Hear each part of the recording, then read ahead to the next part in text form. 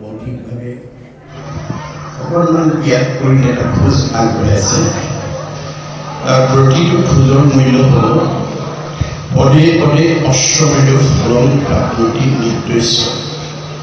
আজিৰ অনুষ্ঠানটো সৰ্বাংগ সুন্দৰ কৰিবৰ কাৰণে, নিখুঁতভাৱে পৰিচালনা কৰিবৰ কাৰণে আমি যদি কায়িক, মানসিক, বৌদ্ধিক, আৰ্থিকভাৱে অকণমান ত্যাগ কৰিব পাৰোঁ, তেতিয়াহ'লে আমাৰ এই শৰীৰটো মানে ধাৰণ কৰাৰ আমাৰ সাৰ্থক হ'ব। বেদত কৈছে সৰু অকালায় ইদম শৰীৰম, তোমালোকক মই এই পবিত্ৰ শৰীৰটো পৰৰ উপকাৰ কামত ব্যৱহাৰ কৰিব কাৰণে দিছোঁ। পৰ মানে তৃণমূলীলা, আত্মাৰ পৰা বিশ্বৰ সীমান্ত মানে মই, আত্মা মানে মই, পৰিয়াল মানে মই, সমাজ মানে মই, অনুষ্ঠান মানে মই, প্ৰতিষ্ঠান মানে মই, দল মানে মই, সংগঠন মানে মই, জড়জগত মানে মই, জীৱজগত মানে মই, নিখিল জগত মানে মই। অহমেবাস্য মে অগ্ৰে ন অন্যৎসৎপৰম প্ৰজ্ঞাত অহম যুগে দস্য য'ত অৱশিষ্ট স্বয়ং। আদিত মই, মধ্যত মই, শেষত ময়েই থাকিম। তুমি দেখা জগতটো মিছা, জগত মিথ্যা, ব্ৰহ্ম সত্য, ব্ৰহ্মই সঁচা। ব্ৰহ্ম কি? জীৱ ব্ৰহ্ম এব কেৱল, জীৱই ব্ৰহ্ম। আমি দৈনন্দিন জীৱনত শুই উঠাৰ পৰা পুনৰ হোৱালৈকে, জন্মৰ পৰা মৃত্যুলৈকে তৃণমূলীয়া আত্মাৰ পৰা পৰিয়াল, সমাজ, অনুষ্ঠান, প্ৰতিষ্ঠান, গ্ৰহৰ উপকাৰ কামত আমি যাতে কায়িক, মানসিক, বৌদ্ধিকভাৱে আত্মনিয়োগ কৰিব পাৰোঁ, তাৰ কাৰণে আমি প্ৰত্যেকেই সজাগ হ'ব লাগিব। আজি এই পবিত্ৰ অনুষ্ঠানটো আমি কিয় ইয়াত অনুষ্ঠিত কৰিব লাগে, ভাগৱত আমি কিয় পঢ়িব লাগে, শুনিব লাগে, এই ভাগৱততে উল্লেখ আছে। আক শুনি বন্ধ্যা নাৰী পুত্ৰ হৈ গুণৱন্ত, দুৰ্জন সজন হৈ দুখী গুণৱন্ত। ভাগৱত শুনিলে সতী সন্তান নোহোৱা মহিলাই সুযোগ্য সন্তান পোৱাৰ যোগ্যতা লাভ কৰে। দুষ্ট মানুহ শান্ত হৈ যায় আৰু দুখীয়া মানুহ ধনী হৈ যায়। সেইকাৰণে মহাপুৰুষ শংকৰদেৱে সমস্ত জীৱশ্ৰেষ্ঠ মানুহক এই আহ্বান জনাই থৈ গৈছে, কি বুলি? কিন্তু আগে প্ৰথমত মহাশাস্ত্ৰ ভাগৱত শুনিব মহাযত্ন কৰি। এই ভাগৱত শুনিবলৈ আমি মহাযত্ন কৰি আহিব লাগে। বিশেষণ লগাইছে, কিয়? বিষয়ৰ দুখ যত সকলোৱে কৰিব ব্ৰত, হৰি ভকতৰ সংগ ধৰি। আজিৰ দৰে ভকতৰ সংগত বহি যদি আমি ভাগৱত শুনিব পাৰোঁ, আমাৰ পাৰিবাৰিক জীৱন, দাম্পত্য জীৱন, যুগ্ম জীৱন, সাংসাৰিক জীৱন, সামাজিক জীৱনৰ যিবিলাক দুখ দুৰ্গতিয়ে আমাক ভিতৰত কৰি তোলে, আমাক অশান্তি কৰে, তাৰ পৰা আমি মুক্ত হ'ব পাৰিম। গতিকে এই ভাগৱত পূৰ্বতে বৈকুণ্ঠত আছিল বুলি উল্লেখ আছে। স্বাদুত অমৃতমৰ পৰম আনন্দ ৰস পূৰ্বতে আছিলা বৈকুণ্ঠত। কৃষ্ণৰ কৃপাৰ পাছে অৰ্ধেক বয়স কৰিলে পাইলা ব্ৰহ্মা পদ্মকলক। পদ্মকলকত আধা বয়স যাওঁতে সৃষ্টিকৰ্তা ব্ৰহ্মাই শ্ৰীনাৰায়ণৰ মুখৰ পৰা এই ভাগৱত বস্তু ৪০ শ্লোকত পাইছিল। পাই ব্ৰহ্মা দিলা নাৰদক, ইটো খবৰ ৰহস্যক নাৰদে ব্যাধিক আনি দিলা। নগৈল তিলেক ভাগি ইডালে সিডালে লাগি, শুক মুখে মানিত নামিলা। ব্ৰহ্মাই ৪০ শ্লোকত নাৰায়ণৰ পৰা পাই ৬ শ্লোকত নাৰদক দিলে। নাৰদে ৮ শ্লোকক ব্যাসক দিলে। ব্যাসে ১০ শ্লোকক শুকক ক'লে। শুকে ১২ শ্লোকত পৰীক্ষিত পোৱা ভাগৱত আজি আমি বেজবৰুৱা নামঘৰত আই বহি শুনিবলৈ পাইছোঁ। গতিকে মহাপুৰুষে কৈছে, কৰা পাণ ফল ইটো যাৰ আছে দায়িত্ব, যিটো ৰস বিভাগনক চতুৰ বুলি কৈছে। আজি ইয়ালৈ যিসকলে নিমন্ত্ৰণ পাই আহিছে, তেওঁলোক ভাগ্যৱান আৰু তেওঁলোকৰ ৰসত চতুৰ। সাধুৰ সংগ অনুসৰি কৃষ্ণ কথাকৰণে কৰি সমস্ত আঁতৰৰ পৰা আমি সকলো আঁতৰৰ পৰা আমি নিজক মুক্ত কৰিব পাৰিম। সেইকাৰণে ভাৰতবৰ্ষৰ প্ৰথম ভাগৱত শুনিবলৈ কোন বাধ্য হৈছিল? যিজনক ভগৱন্তই ভাৰতবৰ্ষৰ শ্ৰেষ্ঠ বৈষ্ণৱ ৰজা কৰি জন্ম দিছিল, যাৰ নাম আছিল পৰীক্ষিত। পৰীক্ষিতক ভগৱন্তই ভাৰতবৰ্ষৰ শ্ৰেষ্ঠ বৈষ্ণৱ ৰজা কৰি জন্ম দিছিল। তৎসত্ত্বেও অভিশপ্ত হৈ গ'ল। গণ্ডগোল ক'ত লাগিল যে তেওঁৰ যিটো প্ৰতিভা ভগৱন্তই দিছিলে তাক সঠিকভাৱে প্ৰয়োগ কৰিব নাজানিলে। বৈষ্ণৱৰ বৈশিষ্ট্য কি আছিল? আমাৰ শাস্ত্ৰত কৈছে সাধুৰ সেৱা নাম ধৰ্ম পৰিৱেশ সাৰ। বৈষ্ণৱ বোলেও এই তত্ত্ব আছে। আপোনালোকৰ পৰিয়ালত আপোনালোকৰ সমাজত যিজনৰ গাত সাধু মহন্তৰ প্ৰতি শ্ৰদ্ধা, নামৰ প্ৰতি যাৰ আস্থা, তেওঁ ডেকালৰাই হওক বা গাভৰু ছোৱালীয়ে হওক, বোৱাৰীয়ে হওক বা শাহুৱেই হওক, পিতৃ হওক বা মাতৃ হওক, এই গুণবিশিষ্টজনক শাস্ত্ৰই বৈষ্ণৱ বুলি কৈছে। বৈষ্ণৱৰ দ্বিতীয় বৈশিষ্ট্য হ'ল এনেকৈ কোনো সামূহিক অনুষ্ঠানত, নাম প্ৰসংগত, পাঠ প্ৰসংগত, ধৰ্মালোচনী সভাত, ভাগৱত ব্যাখ্যাত মানে একেলগে বহাৰ পিছত বৈষ্ণৱ গুণসম্পন্ন ব্যক্তিয়ে গ্ৰাম্য কথা নাপাতে, বিষয়ৰ চিন্তা নকৰে, ইন্দ্ৰিয় সুখভোগৰ কথা নাপাতে, ভকতৰ বিষয়তো নাহি আকুতি, কৃষ্ণ কথা শুনিবলৈ সদায় কৰে ৰতি। দিনটোত কেনেকৈ কৃষ্ণ কথা এটা শুনি জন্ম জন্মান্তৰ কাৰণে অক্ষয় পুণ্য সঞ্চয় কৰিব পাৰোঁ, তাৰ কাৰণে ভকত বৈষ্ণৱসকলে সদায় চেষ্টা কৰি থাকে। মিঠা বাক্য নবলিব, নামাতিব মিছা, কৃষ্ণ কথা শুনিবলৈ পৰিৱেশৰ ইচ্ছা। এই গুণটো যাৰ গাত আছে তেওঁ বৈষ্ণৱ। বৈষ্ণৱৰ চতুৰ্থ বৈশিষ্ট্যটো হ'ল বৈষ্ণৱে প্ৰাণী হিংসা নকৰে, নকৰিব প্ৰাণী হিংসা মনে একোজন, সদায় চিন্তিব মাত্ৰ কৃষ্ণৰ চৰণ। বৈষ্ণৱ গুণ সম্পূৰ্ণ ব্যক্তিয়ে সদায় মানে কৃষ্ণৰ কথা কেনেকৈ শুনি মই আনন্দিত হ'ব পাৰোঁ, জীৱনটো সাৰ্থক কৰিব পাৰোঁ, তাৰ কাৰণে তেওঁলোকে সদায় চেষ্টা কৰি থাকে আৰু প্ৰাণী হিংসা নকৰে। কিয়? ভগৱানে কৈছে যত দেখা ভূত প্ৰাণী সবাকে বিষ্ণু মানি হিংসা এৰি কৰা। মোৰ চবতে আচলতে কুকুৰৰ চিগাৰেট বেলেৰ গুৰু আত্মাৰাম জানিয়া সবাক কৰিবা প্ৰণাম। এইটোহে কুকুৰ মেকুৰী গাহৰি, আত্মাটো নহয়।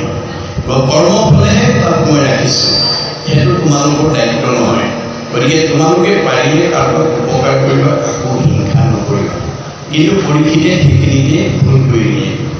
তেওঁ প্ৰাণী হিংসা কৰিবৰ কাৰণে অৰ্থাৎ মৃগয়া কৰিবৰ কাৰণে গুচি গ'ল, ভাৱনাতে পাৰ্ষিত হ'ল।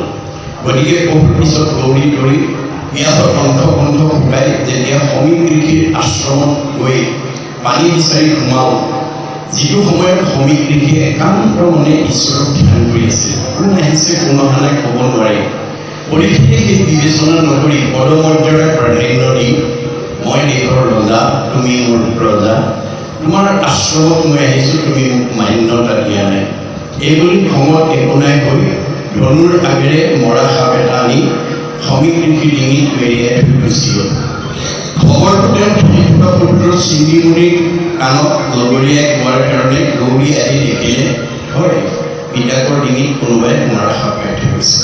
তেওঁ খঙত একোনাই হৈ লগে লগে অভিশাপ দি দিলে, মোৰ পিতাদেউ ডিঙিত যোনে এনেকৈ মৰা সাপ খাই থৈ গৈছে, এই তথ্যকে তেওঁলোকক 7 দিনত দংশন কৰি মাৰিব।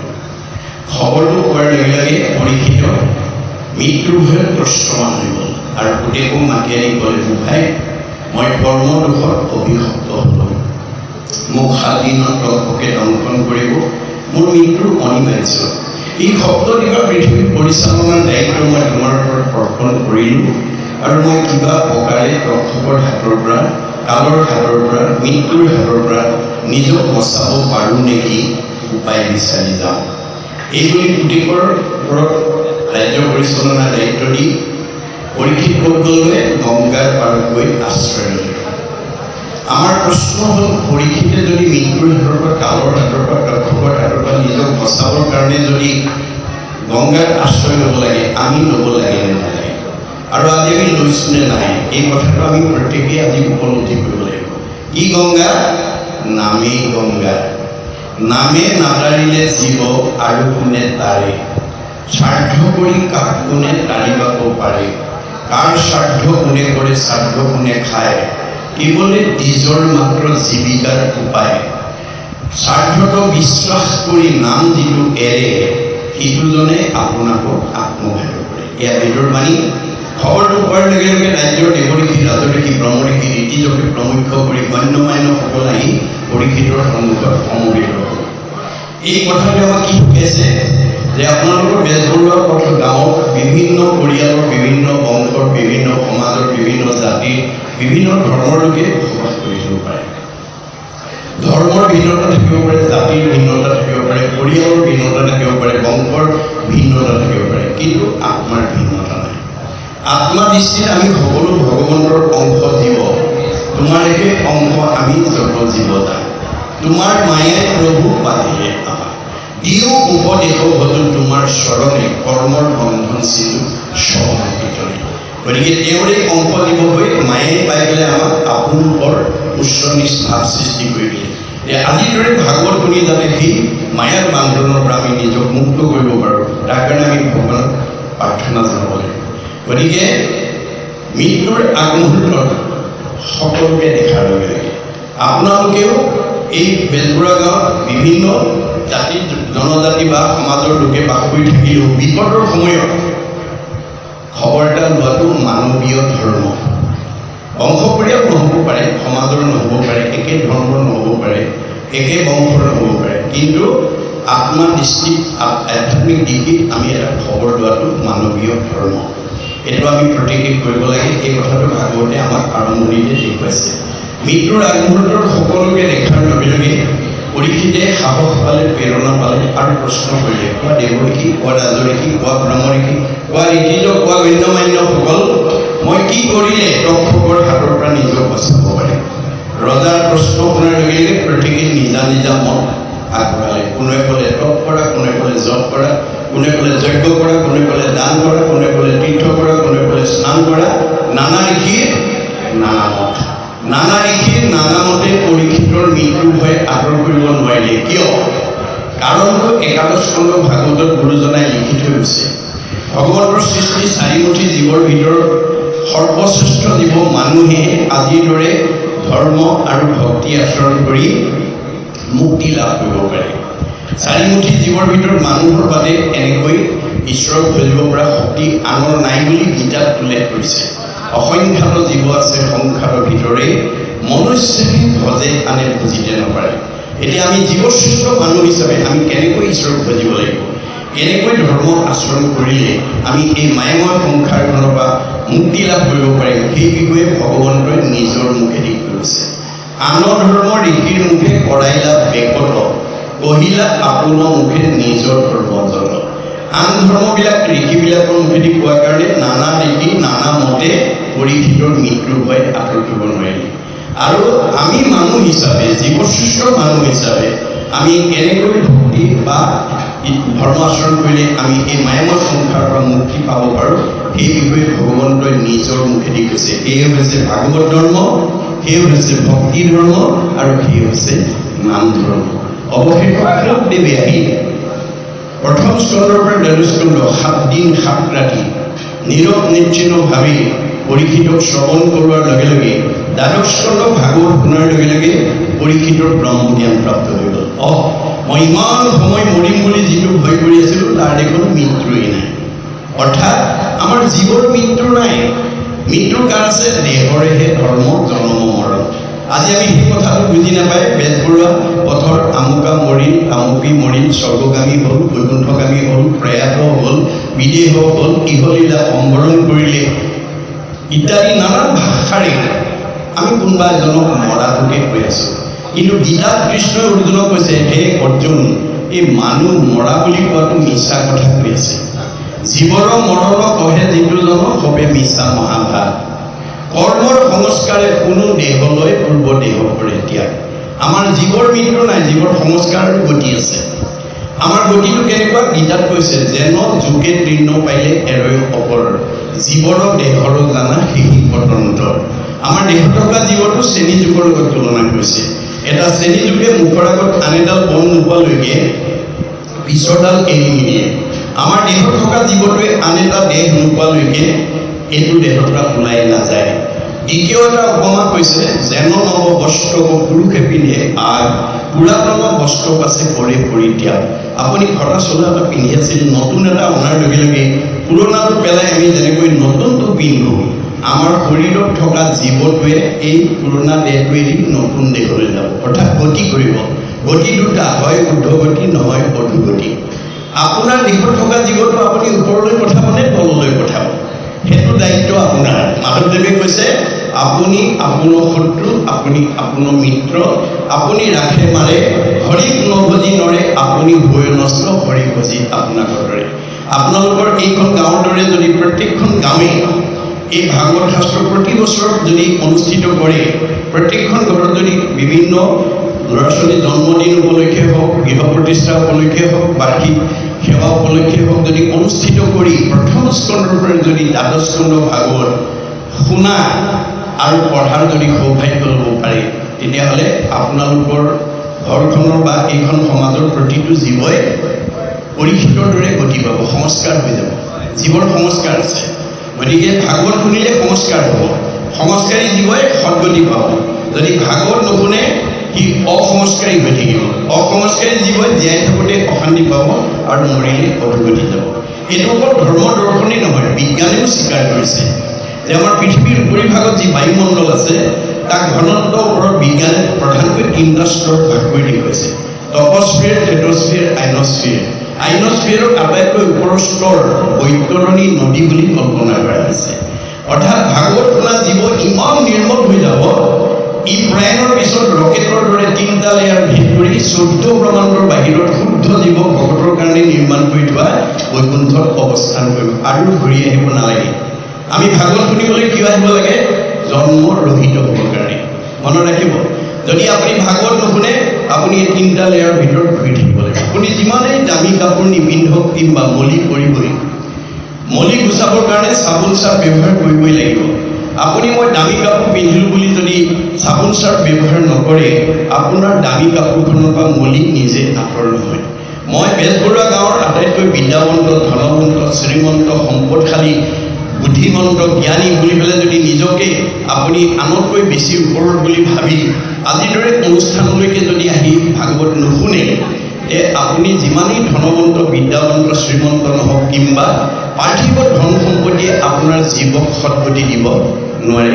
আপোনাৰ শৰীৰটো সুস্থ কৰি ৰাখিব নোৱাৰে, আপোনাৰ মনটো আনন্দিত কৰি ৰাখিব নোৱাৰে, আপোনাৰ পৰিয়ালত মিলা প্ৰীতি কৰি ৰাখিব নোৱাৰে। এইবোৰ চব মিছা বুলি কৈছে। মানে সুমংগলেই অমংগল জানা কৃষ্ণ বিনে, অমংগলেই সুমংগল কৃষ্ণৰ কীৰ্তনে। 10টা পকা ঘৰত 10খন গাড়ী, মাটি সম্পত্তি থাকিব পাৰে, কিন্তু জীৱক গতি দিব নোৱাৰে। গতিকে জীৱই গতি পাবলৈ হ'লে আজিৰ আঁচনি আপোনালোকে প্ৰত্যেকখন সমাজ মহাপুৰুষ শংকৰদেৱে দি যোৱা এই নামঘৰত যাতে আমি বছৰত এবাৰকৈ হ'লেও প্ৰথম স্কন্ধৰ পৰা দ্বাদশ স্কন্ধ যাতে আমি উঠি অহা প্ৰজন্মক যাতে আমি শুনাবৰ কাৰণে আঁচনি ল'ব পাৰোঁ, তাৰ প্ৰতি আপোনালোকে গুৰুত্ব দিব লাগিব। কাৰণ যিখন গাঁৱত ভাগৱত চৰ্চা হৈ থাকিব, সেইখন গাঁৱলৈ, সেইখন সমাজলৈ, সেইটো পৰিৱেশলৈ অনাগত দিনত কোনো মানে বৃদ্ধ পিতৃ মাতৃক বৃদ্ধাশ্ৰমলৈ খেদি পঠোৱা জীৱ পুত্ৰৰূপে আহিব নোৱাৰিব। স্বামী স্ত্ৰীৰ মাজত মনোমালিন্য লগা জীৱ এইখন গাঁৱলৈকে আহিব নোৱাৰিব। শাহু বোৱাৰীৰ মাজত মনোমালিন্য লগা, ককাই ভাইৰ মাজত মনোমালিন্য লগা, সীমাঘৰীয়াৰ মাজত মনোমালিন্য লগা জীৱ ইয়ালৈকে আহিব নোৱাৰিব। পোহৰৰ ওচৰলৈ আন্ধাৰ আহিব নোৱাৰাটো যেনেকৈ বিজ্ঞানসন্মত বাস্তৱ সত্য, ইউনিভাৰ্চেল ট্ৰুথ, ঠিক তেনেকৈ ভাগৱতৰ ভক্তি ধৰ্ম যিখন গাঁৱত, যিটো নামঘৰত, যিটো পৰিৱেশত হ'ব, তালৈ বেয়া জীৱ আহিব নোৱাৰাটো তেনেকৈ সত্য। গতিকে আমাৰ এই যেতিয়া শুকদেৱে প্ৰথমৰ পৰা দ্বাদশলৈকে শুনোৱাৰ লগে লগে ব্ৰহ্মজ্ঞান প্ৰাপ্ত হৈ গ'ল, তেনেকৈ আমিও যদি শুনাৰ সৌভাগ্য ল'ব পাৰোঁ, তেতিয়া আমাৰো সেই মুক্তি পোৱাৰ আমাৰ কাৰণে সহজ সাধ্য হৈ যাব। গতিকে ভগৱন্ত যুগে যুগে অৱতাৰ হৈ আছে, হৈ থাকিব। কিয়? গীতাত কৈছে যদা যদা হি ধৰ্মস্য গ্লানি ভগৱতী ভাৰত অদ্ভুত স্থান অধৰ্মস্য তদাত্মানম সৃজমহম পৰিত্ৰাণ সাধুনাম বিনাশায় দুষ্কৃতাম ধৰ্ম সংস্থাপনাৰ্থে সম্ভৱামি যুগে যুগে। যুগে যুগে অৱতাৰ হৈ আছে, হৈ থাকিব। গতিকে কেনেকৈ আহিব? কেতিয়াবা পূৰ্ণ অৱতাৰ, কেতিয়াবা অংশ অৱতাৰ, কেতিয়াবা কলা অৱতাৰ, কেতিয়াবা বিভূতি অৱতাৰ। গতিকে কোনটো ৰূপত আহি কেনেকৈ জগতৰ জীৱক উদ্ধাৰ কৰিব, এইটো ধৰা কামৰ অৱস্থাৰ ওপৰত নিৰ্ভৰ কৰে। এতিয়া কপিল প্ৰভুৱে অৱতাৰ হৈ আহিছে এই পৃথিৱীলৈ। কিয় আহিছে? আমাৰ ভাগৱততে উল্লেখ আছে, কীৰ্তনত উল্লেখ আছে যে লুপ্ত ভৈল জ্ঞানত আকৌ কৰিলা প্ৰচাৰ। কপিল স্বৰূপে আৰু ভৈলা অৱতাৰ, লুপ্ত ভৈল জ্ঞানত আকৌ কৰিলা প্ৰচাৰ। তোমাৰো প্ৰসাদে যুগ জানি দেৱভূতি, তোমাৰ স্বৰ্ণ চিন্তি ৰহিলা মুকুতি। যেতিয়া আমাৰ প্ৰকৃত জ্ঞানৰ, আধ্যাত্মিক জ্ঞানৰ, ঈশ্বৰ জ্ঞানৰ যেতিয়া অভাৱ হৈ পেলাই মানুহ বিপদগামী হয়, তেতিয়াই ভগৱন্তই অৱতাৰ হৈ আছে, হৈ থাকিব। এই কপুল প্ৰভুৰ দৰে এজন পুত্ৰ পাবৰ কাৰণে কদৰ্মই আৰু দেৱভূতিয়ে কেনেধৰণে সক্ষম হৈছিল তাৰ আৰম্ভণি আমাক দেখুৱাইছে যে ব্ৰহ্মাই তিনি তলৈকৰ জীৱ যেতিয়া সৃষ্টি কামত আবদ্ধ হৈছিল বা লাগি আছিল, তেওঁ ভাগৰুৱা হৈ গৈছিল আৰু তেওঁ মনত কৰিলে, মোৰতো ল'ৰা আছে, তেওঁলোকেতো মোক সহায় কৰিব পাৰে। এই বুলি তেওঁ প্ৰথমতে চাৰিসিদ্ধক মাতি আনিলে। চাৰিসিদ্ধ অহাৰ পিছতে ক'লে, দেউতা আমাক কিয় মাতিছে? উপায়, মই তোমালোকক সৃষ্টি কাৰ্যত মোক অকণমান সহায় কৰি দিবৰ কাৰণে মাতিছোঁ। তাৰ কাৰণে আমি কি কৰিব লাগিব? তোমালোকে প্ৰত্যেকেই একোগৰাকীকৈ কন্যা বিয়া কৰাব লাগিব।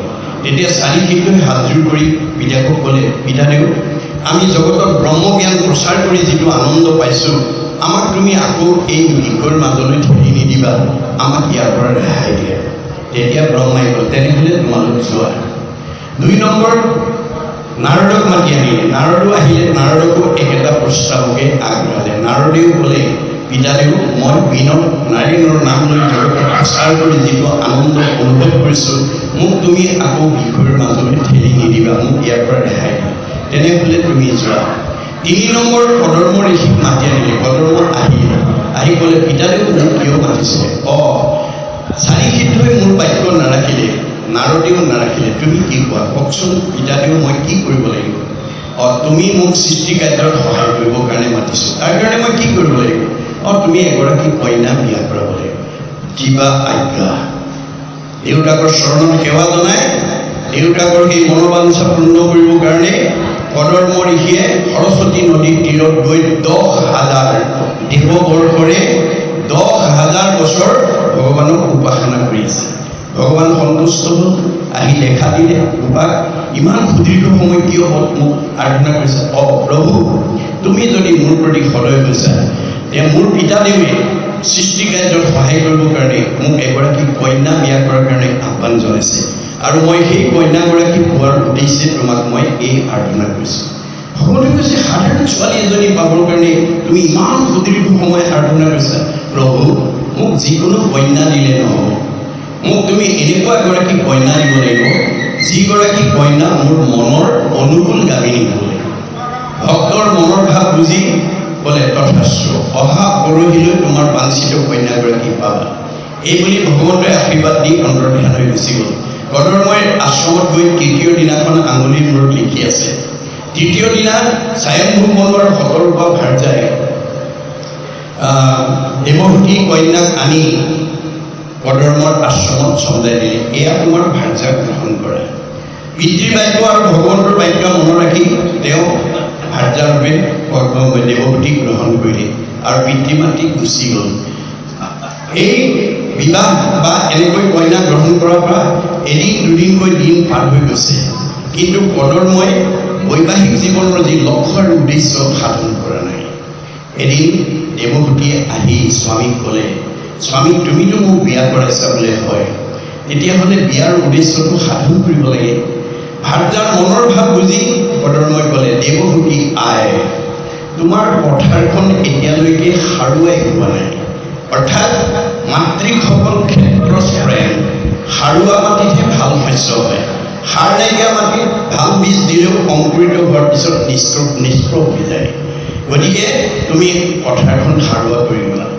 স্বামীৰ কথা বুজি ভাৰ্যাই 12 বছৰ কায় বাক্য মন একনিষ্ঠ কৰি ভগৱন্তক আৰাধনা কৰি দেহ মন সকলো যেতিয়া ভক্তিৰ ৰসত প্লাবিত কৰি দিলে, ক্ষেত্ৰখনৰ উপযুক্ততা উপলব্ধি কৰি কদৰ্মই বীজ ৰোপণ কৰিলে, যাৰ ফলশ্ৰুতি স্বৰূপে কপিল প্ৰভুৰ দৰে পুত্ৰ আৱিৰ্ভাৱ হ'ল। গতিকে আমাৰ উঠি অহা দম্পতীসকলেও আমাৰ মনে ভবা সন্তানৰ পিতৃ মাতৃ হ'বলৈ আমাৰ ভাগৱতৰ নীতি আদৰ্শৰে আমি আগবাঢ়ি যাব লাগিব। আজি এই নীতি আদৰ্শ নজনাৰ কাৰণে বহুত কোৱালিফাইড মানুহ বহুত উচ্চ পদস্থ বিষয়ত চাকৰি কৰা দম্পতীয়ে বাঞ্ছিত ফলৰ পৰা বঞ্চিত হৈ আছে। ভগৱানে কৈছে তোমাৰ হৃদয়তে মই আছোঁ, সমস্ত ভূতৰে মই আছোঁ হৃদয়ত। কেনেকৈ আছোঁ? কল্পতৰু বৃক্ষৰূপে আছোঁ। যি লাগে তাকেই দিম, ল'ৰা লাগিলে ল'ৰা দিম, ছোৱালী লাগিলে ছোৱালী দিম, কিন্তু মোৰ পৰা বিচাৰি লোৱা নিয়মখিনি মই ভাগৱতত নিয়ম বান্ধি থৈ আহিছোঁ। গতিকে ভাগৱত পঢ়ি শুনি নিয়মখিনি তুমি আয়ত্ত কৰি লৈ যেনেকৈ বিচৰা ভাৱেন লগতে স্বৰ্গম, তুমি যেনেকৈ ভাবা মোৰ পৰা সকলো তেনেকৈ আদায় কৰিব পাৰিবা। ভাৱেন দেৱ দৰ্শনম, ভাবিব পাৰিলে দেৱতা দৰ্শন কৰিব পাৰিবা। ভাৱেন লগতে পৰম জ্ঞানম, ভাবিব পাৰিলে পৰম জ্ঞানৰ অধিকাৰী হ'ব পাৰিবা। তস্মাৎ ভাৱ অৱলম্বনম, তুমি ভাবিবলৈ শিকিবা। বহুত ধন টকা পইচা থাকিলেও আপোনালোকৰ এই বেজবৰুৱা পথৰ ৰাইজৰ দৰে বছৰত এবাৰ ভাগৱত পাতিব নোৱাৰা বহুত সমাজ আছে, বহুত নামঘৰ আছে। আপোনালোকে যে অনুষ্ঠিত কৰিছে এয়া আপোনালোকৰ ঈশ্বৰৰ কৃপা বুলি কৈছে। ভাগৱতে কৈছে নে, শতকোটি জন্মান্তৰি হুৱে মহাভাগ, নৰহৰি লোকজীৱে তেৱে পাৱে লাভ, তাত যেবে মূৰ দায়া ধৈল তাকো প্ৰতি, সেয়েহে কৰিব পাৰে আমাক ভকতি। আজি আপোনালোকৰ ওপৰত কৃপা কৰাৰ কাৰণে এই অনুষ্ঠান আপোনালোকে অনুষ্ঠিত কৰিছে। গতিকে এতিয়া মৃত্যুমুখী পৰীক্ষিত, মনত ৰাখিব 7 দিন সময় আছে, পৰীক্ষিতৰ 7 দিন সময় আছে। সেই পৰীক্ষিতক আহি আজি এই কাহিনীটো তৃতীয় স্কন্ধ ভাগৱতৰ কপিল দেৱভূতিৰ মাজৰ যিটো ভক্তি আলোচনা, সেই কথাটো তেওঁক আজি সুখদেৱে আহি শুনাইছে। গতিকে পৰীক্ষিতৰ যদি 7 দিন আছে, আমাৰ কেইদিন আছে? পৰীক্ষিতক মাত্ৰ বেছ কৰি লৈছে, আধা ৰূপে লৈছে, কিন্তু আমাক কৈ আছে ভাগৱতে যে পৰীক্ষিতৰ যেনেকৈ 7 দিন আছে, আমাৰো তেনেকৈ 7 দিন আছে। আজি কি বাৰ? ৰবিবাৰ, অহা শনিবাৰলৈকে। আজি ৰবিবাৰৰ পৰা এই শনিবাৰলৈকে এই 7টা দিনতে আমি ইয়াত বহি থকা সকলোৰে জন্ম আৰু মৃত্যু অৱশ্যম্ভাৱী। 7টা দিন বাদ কৰি আমি কোনো জন্মও হ'ব নোৱাৰোঁ, মৃত্যু হ'ব নোৱাৰোঁ। মাত্ৰ পৰীক্ষিতক বেছ কৰি আমাক দেখুৱাইছে। আমাৰো 7 দিনে আছে, মনত ৰাখিব। কোনে জানে মই ঘৰ পামগৈ নে নেপাম? পদ্মৰ পত্ৰৰ নীৰ কৰি যেন নিশিৰ, এইমতে জীৱন চঞ্চল। আমাৰ দেহত থকা জীৱনটো পদুম পাতৰ পানীৰ লগত তুলনা কৰিছে ভাগৱতে। বতাহে কোন সময়ত পদুম পাতৰ পানী পেলাই দিব তাৰ যেনেকৈ নিৰ্দিষ্ট নাই। আপুনি মই কোন পৰিস্থিতিত, কোন দুৰ্ঘটনাত, কোন অৱস্থাত আমি প্ৰাণ এৰিব লাগিব তাৰো কোনো সিদ্ধান্ত নাই। সেইকাৰণে সময় থাকোঁতেই, দৃষ্টিশক্তি থাকোঁতেই, শ্ৰৱণ শক্তি থাকোঁতেই, বাক শক্তি থাকোঁতেই, ভৰিৰ গমন শক্তি থাকোঁতেই, হস্তৰ কৰ্মশক্তি থাকোঁতেই আজিৰ দৰে অনুষ্ঠানলৈ আমি আমন্ত্ৰণ পালে চব এৰি থৈ আহিব লাগে দেই। তোমাৰ গুণৰ মহিমা দেখিয়াই আনজ কাম দূৰতে তেজীয়া থৈলো। ইয়াত আজি অহা কাৰ ঘৰুৱা কাম নাই, কাৰ বিষয়ৰ কাম নাই, কাৰ ব্যৱসায় বাণিজ্য নাই, কাৰ ল'ৰা ছোৱালীৰ দায়িত্ব নাই, চব এৰি থৈ আহিছে।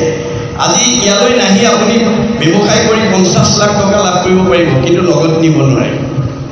বাহ্যিক ধন টকা পইচাটো আমি লগত নিব নোৱাৰোঁ। যত দেখা ধন শৰীৰৰ স্ৰজন মৰিলে লগে নাযায়।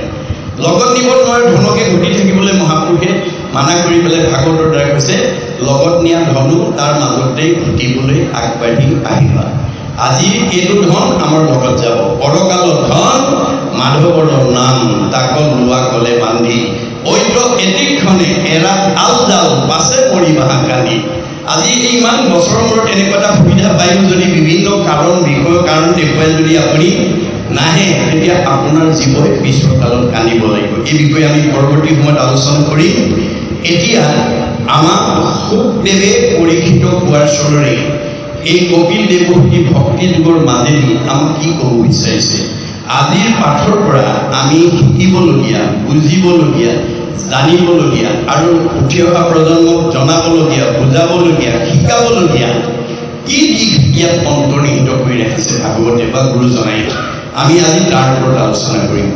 এই আলোচনা প্ৰসংগত আপোনালোকৰ যদি কাৰোবাৰ কিবা সংশয় থাকে বা বুজাত অসুবিধা পায়, তেতিয়াহ'লে আপোনালোকে প্ৰশ্ন কৰি সংশয়টো দূৰ কৰি ল'ব। কাৰণ আমাৰ শাস্ত্ৰত কৈছে, কথা শুনিলেহে কৈছে মনৰ সংশয়, কৃষ্ণৰ সেৱাকৰ ৰতি তেৱে সেৱা হয়।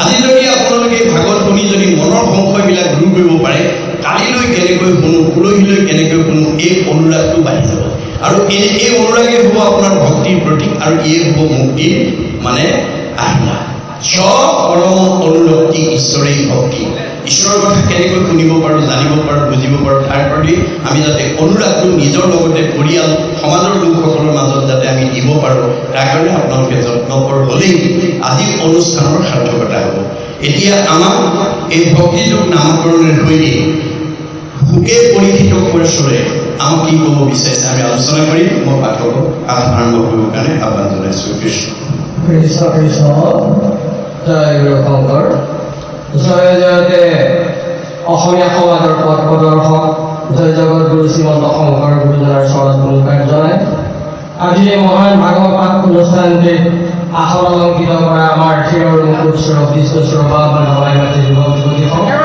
লগতে এই মহান অনুষ্ঠানখন আয়োজন কৰা বেলতলা পথৰ সমূহ ৰাইজ তথা উদ্যোগ মণ্ডলী লগতে আজি এই অনুষ্ঠান ভাগৰ মধ্যমণি সূৰ্যনাৰায়ণ পৰা আমাৰ মাজত উপস্থিত হৈ আলোচনা আগ্ৰহ আমাৰ স্বদেৱ আমাৰ জগতখনীয়া বাপজনাৰ পদপংকজত ভক্তি কৰাকৈ নিবেদন কৰিম লগতে আমাৰ হিয়াৰা মঠু অতি মৰমৰ জুবিন গাৰ্গৰ আত্মাৰ চিৰশান্তি কামনা কৰি তেখেতৰ মৃত্যুৰ ন্যায় কামনা কৰি আপোনালোকৰ সহায় সহযোগিতা আৰু আশীৰ্বাদ কামনা কৰি আমি পাঠভাগ আগবঢ়াই লৈ যাবৰ কাৰণে আগবাঢ়িছোঁ কৃষ্ণ কৃষ্ণ কৃষ্ণ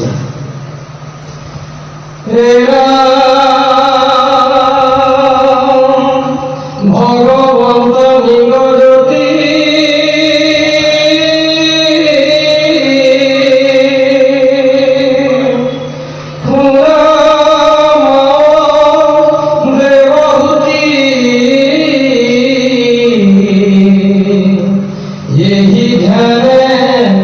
जितु मुक्ति होला देहा कोने देखे किबा আছে কিবা নাই কিবা আসনতে বহি ৰহিলা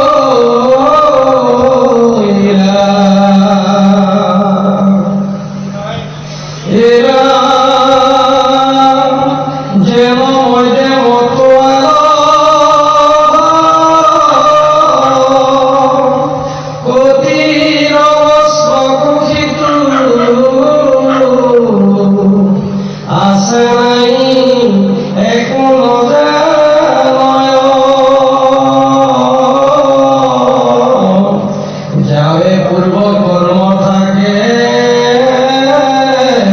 তাৱে প্ৰাণ ইন্দ্ৰিয় সমে দেহা কোনো নাশমুনি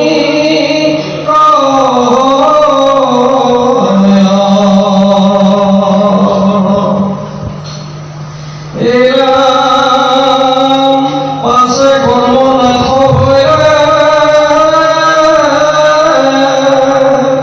ভৌতিক শৰীৰ পৰে দেৱে যোগী ব্ৰহ্ম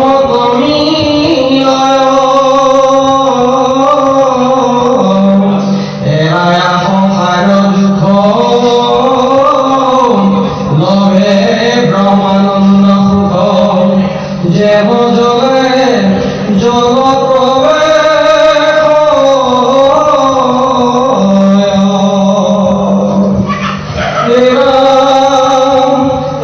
বুড়ি কৃপাময় মনে রহিল অন্তত দেখি দেবী কুসন্ত নাই আবে বাপ ভক্তি যুগ বিশ্বাসী কহি মুখ যেন মতে বুঝু অভিপ্রায়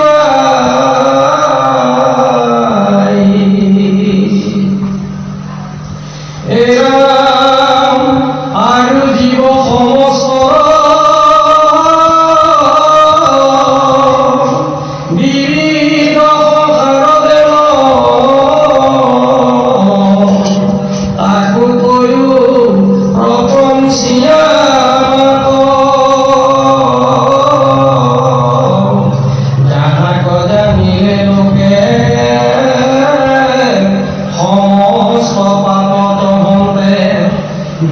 গতি হৈবে কষাই কৃষ্ণ এইখিনিলৈকে আমাৰ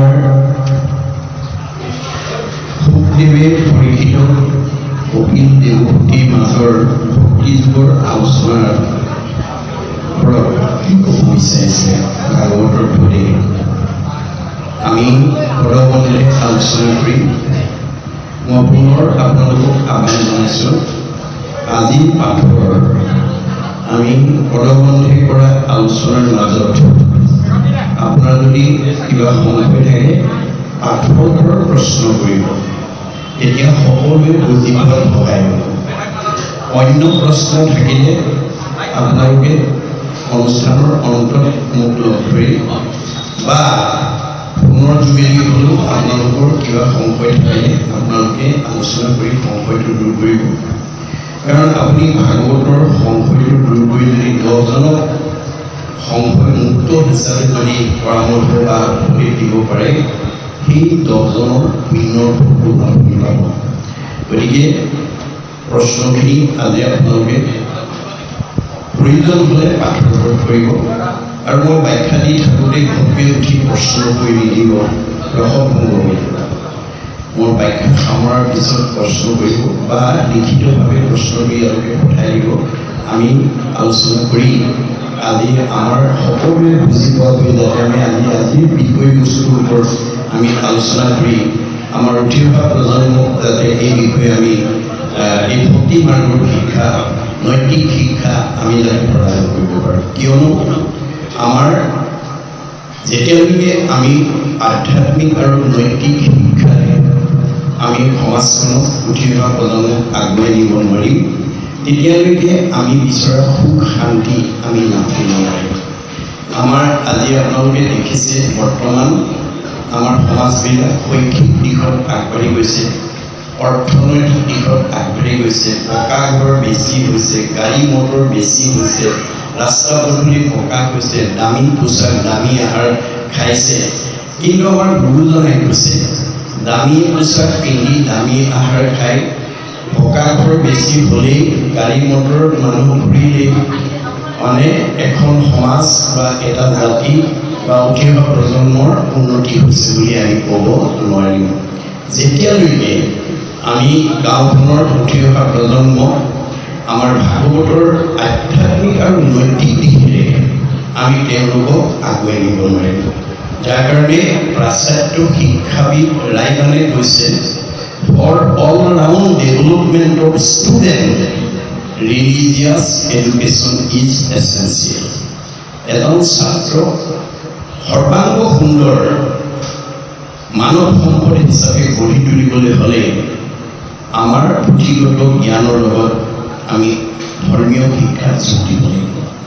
আৰু ৰুচুই কৈছে the religious education should be included in the curriculum because it is through religion that the fact of youth can set on the road to the absolute values, truth, beauty and goodness. সত্য শিৱ সুন্দৰক আৰাধনা কৰিবলৈ হ'লে পুথিগত জ্ঞানৰ লগত আমি ধৰ্মীয় শিক্ষা যোগ দিব লাগিব। গতিকে ধৰ্ম আৰু আধ্যাত্মিকতাক বাদ দি আমাৰ জীৱনৰ সাৰ্থকতা নাই। এই ধৰ্মই আমাক কি কৰিব? ইজনৰ প্ৰতি সিজনৰ সদ্ভাৱ। আজি ভাগৱত আলোচনাই আমাক কি কৰিব? ইজনৰ প্ৰতি সিজনৰ প্ৰেম ভাৱটো জগাই তুলিব। আমি ইজনে সিজনক ভাল পালেহে ভগৱানক ভাল পাব পাৰিম, আৰু এই ভাল পোৱাইহে আমাক ভগৱানক ভাল পাবলৈ শিকাব। এয়া সৰ্বপল্লী ৰাধা কৃষ্ণৰ ধৰ্মৰ সংজ্ঞা। Religion binds man to man and man to God. ধৰ্মই আমাক কি কৰিব? ইজন মানুহে সিজনক ভাল পোৱাৰ জৰিয়তে ভগৱন্তক ভাল পাবলৈ শিকাব। ভগৱন্তই কৈছে, মোক ভাল পোৱাৰ আগতে নিজৰ পৰিয়ালটোক প্ৰথমে ভাল পাবলৈ শিকিবা। মোক ভাল পোৱাৰ আগতে সীমাঘৰীয়া ওচৰ চুবুৰীয়াক ভাল পাবলৈ শিকিবা। মোক ভাল পোৱাৰ আগতে তোমাৰ ঘৰলৈ অহা আলহী অতিথি ভকত বৈষ্ণৱ বন্ধু বান্ধৱক ভাল পাবলৈ শিকিবা। মোক ভাল পোৱাৰ আগতে দেখাজনক ভাল পাবলৈ শিকিবা। দেখাজনকেই যি ভাল নাপায়, নেদেখাজনক ভাল পোৱাৰ তাৰ অধিকাৰ নাই। ভকতক পাই যাৰ নাহিকে হৰি, সাক্ষাতে মোকো পাইলে সিটো পাপি কৰিবে কি। আমি ভকত ভগৱন্ত স্বৰূপ এইসকলক যাতে আমি প্ৰথমেই ভাল পাবলৈ আমি শিকিব লাগিব। ভকতৰ সেৱাত আমি আত্মনিয়োগ কৰিব লাগিব। ভকতৰ আশীৰ্বাদে আমাৰ জীৱন গঢ়াত সহায় কৰিব।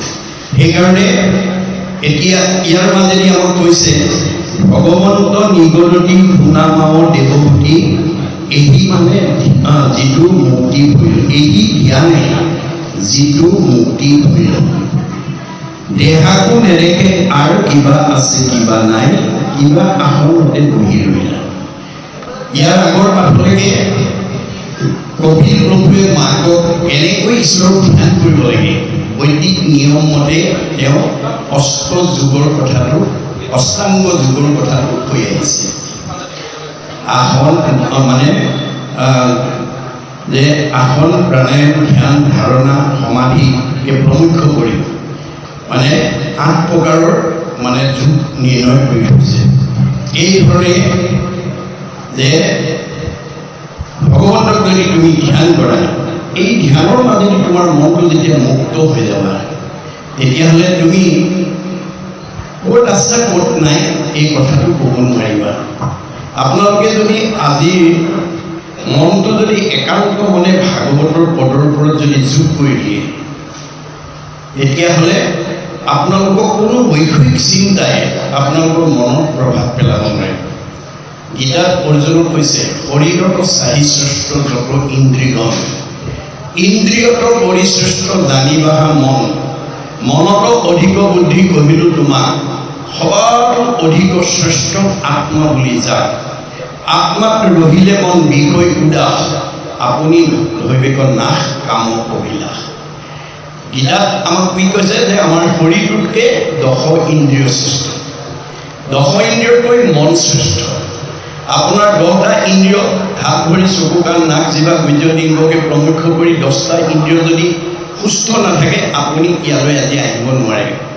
আপোনাৰ 10টা ইন্দ্ৰিয় সুস্থ আছে কাৰণে আপুনি ইয়ালৈকে আহিছে, কিন্তু 10টা ইন্দ্ৰিয় সুস্থ থাকিলেও আহিব নোৱাৰে।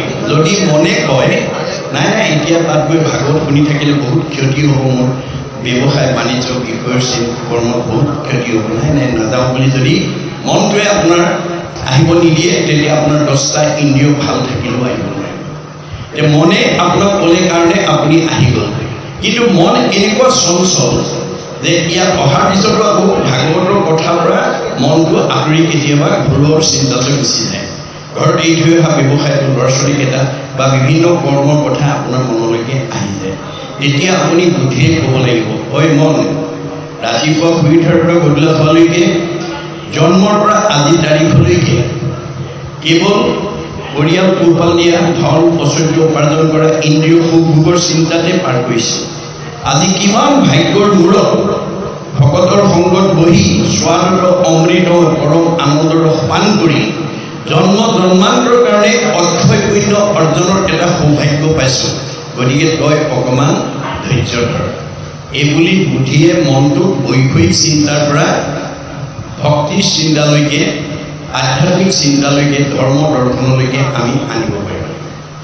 আনি যদি মনটো আপুনি আত্মা ক'ত থাকে, যাবৰ সময়ত উদ্ধৱক কৈছিলে, উদ্ধৱে আপত্তি কৰিছিলে যে প্ৰভু তোমাৰ আৰু মোৰ মাজত 5 বছৰ বয়সৰ পৰাই নিবিড় সম্পৰ্ক, তুমি মোৰ বৰদেউতাৰ ল'ৰা বসুদেৱৰ পুত্ৰ আৰু মই তোমাৰ খুৰা দেৱভাগৰ পুত্ৰ মই উদ্ধৱ।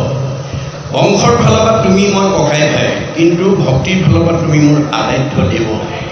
এতিয়া মই তোমাৰ ইংগিততে বুজি পাইছোঁ যে তুমি দেৱকাৰ্য সাধন কৰাৰ পিছত, অৰ্থাৎ যদুকুল যাদৱকুল ধ্বংস কৰাৰ পিছত তুমি বৈকুণ্ঠলৈ যাবৰ কাৰণে উদ্যত হৈছা। তুমি অকলে গ'লে নহ'ব, মোকো লগত নিব লাগিব। তোমাৰ অবিহনে মই ইয়াত অকলে থাকিব নোৱাৰোঁ, মোৰ কাৰণে এইটো অন্ধকাৰময়। এতিয়া ভক্তৰ আহ্বান শুনি ভগৱন্তই কি বুলি কৈছিল, সখা তুমি ঠিকেই কৈছা, কিন্তু তোমাক যদি মোৰ লগত লৈ গুচি যাওঁ, যে মই যি লক্ষ্য আৰু উদ্দেশ্য লৈ পৃথিৱীলৈ আহিছিলোঁ, মোৰ লক্ষ্য উদ্দেশ্য ধূলিসাৎ হৈ যাব। কিয়নো তুমি আমি দুয়ো কৰিলে মিলিব অনৰ্থ। লুপ্ত হইব জ্ঞান এইটো ভগৱতীৰ পথ ভকতক যদি ভগৱন্তই লৈ গুচি যায় ভক্তিৰ পথটো লুপ্ত হৈ যাব ফলত কি হ'ব অধৰ্মে পীড়িব লোক যাইবে অধুগতি ভগৱতীক ৰাখি তুমি থকিও সম্প্ৰতি তুমি এতিয়া ভক্তি পথটো প্ৰৱৰ্তন কৰি থাকিব লাগিব মূল এই মহাবাক্য নচাৰিবা তুমি শ্ৰৱণ কীৰ্তন প্ৰৱৰ্তাই থাকা তুমি আজি বেজবৰুৱা পথৰ ৰাইজে এইটো উদ্ধৱৰ কাম কৰি আছে ইমানবিলাক আত্মাক মাতি আনি আজি ঈশ্বৰৰ কথা শুনাই আমাক প্ৰত্যেককে জন্ম জন্মান্তৰ কাৰণে অক্ষয় পুণ্য সঞ্চয় কৰাৰ আমাক উপকাৰ কৰি দিলে আমাক উপকাৰ কৰাৰ লগে লগে সেৱকীসকলৰ কি হ'ব পৰোপকাৰে পুণ্য আজি এই কৰ্ম আঁচনিটোৰ কাৰণে সেৱকী পৰিয়ালৰ পুণ্য হৈ যাব মনত ৰাখিব কথা গতিকে তোমাৰ জীৱনশৈলীৰ প্ৰয়োজনীয় সকলো দিশ মই তোমাৰ দি থৈ আহিছোঁ পুণ্যভূমি প্ৰতিষ্ঠা কৰি থৈ আহিছোঁ তীৰ্থস্থান প্ৰতিষ্ঠা কৰি থৈ আহিছোঁ সত্ৰ প্ৰতিষ্ঠা কৰি থৈ আহিছোঁ বৈকুণ্ঠ প্ৰতিষ্ঠা কৰি থৈ আহিছোঁ আৰু প্ৰয়াণৰ পিছত মই তোমাৰ মাজতে থাকিম নিশ্চয় কৰি কহোঁ শুনা সাৱধানে তুমি ভকত যি স্থানে থাকে সেই পুণ্যভূমি আজি আমি বেজবৰুৱা পথৰ নামঘৰত যদিও আছোঁ প্ৰত্যক্ষভাৱে আমি আচলতে পুণ্যভূমিত আছোঁ এই পুণ্যভূমিত ভক্তসকলে য'ত কৃষ্ণৰ গুণনাম শ্ৰৱণ কীৰ্তন কৰিব শ্ৰৱণ কীৰ্তন মোৰ কৰে যত্ৰ যত্ৰ দ্বিতীয় বৈকুণ্ঠ সেইটো তাকে বোলে সত্ৰ আজি আমাৰ ইয়াত দ্বিতীয় বৈকুণ্ঠ আৰু সত্ৰ নাৰদক কৈছে নহং কৃষ্ণ আমি বৈকুণ্ঠী যোগী নাম হৃদয়ে নশ মত ভক্তা যত্ৰ গায়ন্তী তত্ৰ কৃষ্ণ আমি নাৰদ মোক বৈকুণ্ঠত বিচাৰি নাপাবা নাৰদ যোগীৰ হৃদয়তো মই নাথাকোঁ মোৰ ভকতে য'ত মোৰ গুণনাম লয় মই তাতেই থাকোঁ এইটো কেৱল হিন্দু দৰ্শনেই নহয় আমাৰ বাইবেলতো কৈছে ৱে টু অৰ মোৰ এছেম্বল যি ঠাইত দুজন বা তাতকৈ বেছি মানুহ গোট খায় ইন মাই নেম মোৰ নাম লয় আই এম দেয়াৰ মই তাতেই থাকোঁ আজি ইয়াত ভগৱান বিদ্যমান হৈছে আৰু উদ্ধৱক কৈছে মই প্ৰয়াণৰ পিছত তোমাৰ মাজত থাকিম ক'ত থাকিম তিৰুদ্ধায় প্ৰবিষ্ট অয়ম শ্ৰীমদ ভাগৱতে নৰ্বম এ নয় বাংময় মূৰ্তি প্ৰত্যক্ষ বৰ্ততে হৰয়ে শ্ৰৱণা সেৱনা দৰ্শনা পাঠা পাপনাসী মই প্ৰয়াণৰ পিছত ক'ত থাকিম শব্দ ব্ৰহ্ম ৱৰ্ড ইজ গড অবিনাশী মনত ৰাখিব শব্দ ব্ৰহ্ম বাক্য ব্ৰহ্মৰূপে ভাগৱতত অন্তৰ্নিহিত হৈ থাকিব সেই ভাগৱত যদি তুমি সেৱা কৰিব পাৰা সেই ভাগৱত যদি তুমি দৰ্শন কৰিব পাৰা সেই ভাগৱত যদি তুমি শ্ৰৱণ কৰিব পাৰা সেই ভাগৱত যদি তুমি কীৰ্তন কৰিব পাৰা তোমাৰ চব পাপ মই নাইকিয়া কৰি দিম পাপ কি বস্তু এতিয়া পাপ আমি দেখুৱাই দিয়া বস্তু নহয় পাপ হ'ল মনৰ কিছুমান বেয়া গুণৰ সমষ্টি দাৰ্শনিকৰ অভিমত কুবুদ্ধি অসৎ চিন্তা অসৎ ভাৱনা অসৎ পৰিকল্পনা কুসংস্কাৰ অন্ধবিশ্বাস মনৰ সংকীৰ্ণতা কুপৰম্পৰা আজি আমি সকলোৱে ভাগৱত শুনিবলৈ আহিছোঁ যদি ভাগৱত নুশুনি দুজনে অন্য কথা পাতি থাকে তেতিয়া তেওঁ কি হ'ব কুবুদ্ধিয়ে পালে আৰু তেওঁ আন কথা পতাৰ কাৰণে কাষৰ মানুহজনে যদি ঈশ্বৰৰ কথা শুনাত বাধা হয় তেতিয়া কথা পতা দুজনৰ কি হ'ব ভগৱানে কৈছে পায়ো পদকীৰ্তন আপোনাৰ কথাই যদি আনক ঈশ্বৰৰ কথা শুনাত বাধা দিয়ে আপুনি পাপ লৈ যাব লাগিব এয়া হৈছে কুবুদ্ধি এয়া হৈছে পাপ গতিকে বাকীখিনি বিষয়ে সময়ত মই আলোচনা কৰি যাম গতিকে আমাক যাতে মনৰ এই পাপবিলাক আমি আঁতৰ কৰিবলৈ ভাগৱত শুনিব লাগিব ভাগৱত শুনাৰ লগে লগে আমাৰ এই পাপবিলাক নাইকিয়া হৈ যাব গতিকে মই প্ৰয়াণৰ অন্তত ভাগৱতত আত্মাৰূপে বিৰাজমান কৰি আপোনাৰ মনটো এতিয়া পাঠকে পঢ়ি যোৱা ভাগৱতৰ লগত আৰু আমি কৰা ব্যাখ্যাৰ লগত মনটো যদি যোগ হৈ যায় এতিয়া আপোনাক কোনো বিষয়ৰ চিন্তাই ঘৰত এৰি থৈ অহা কামকেইটা ল'ৰা ছোৱালীৰ কথা বা অন্যান্য বিষয়ৰ চিন্তাই আপোনাৰ মনত প্ৰভাৱ পেলাব নোৱাৰিব আত্মাত ৰহিলে মন বিষয় উদাস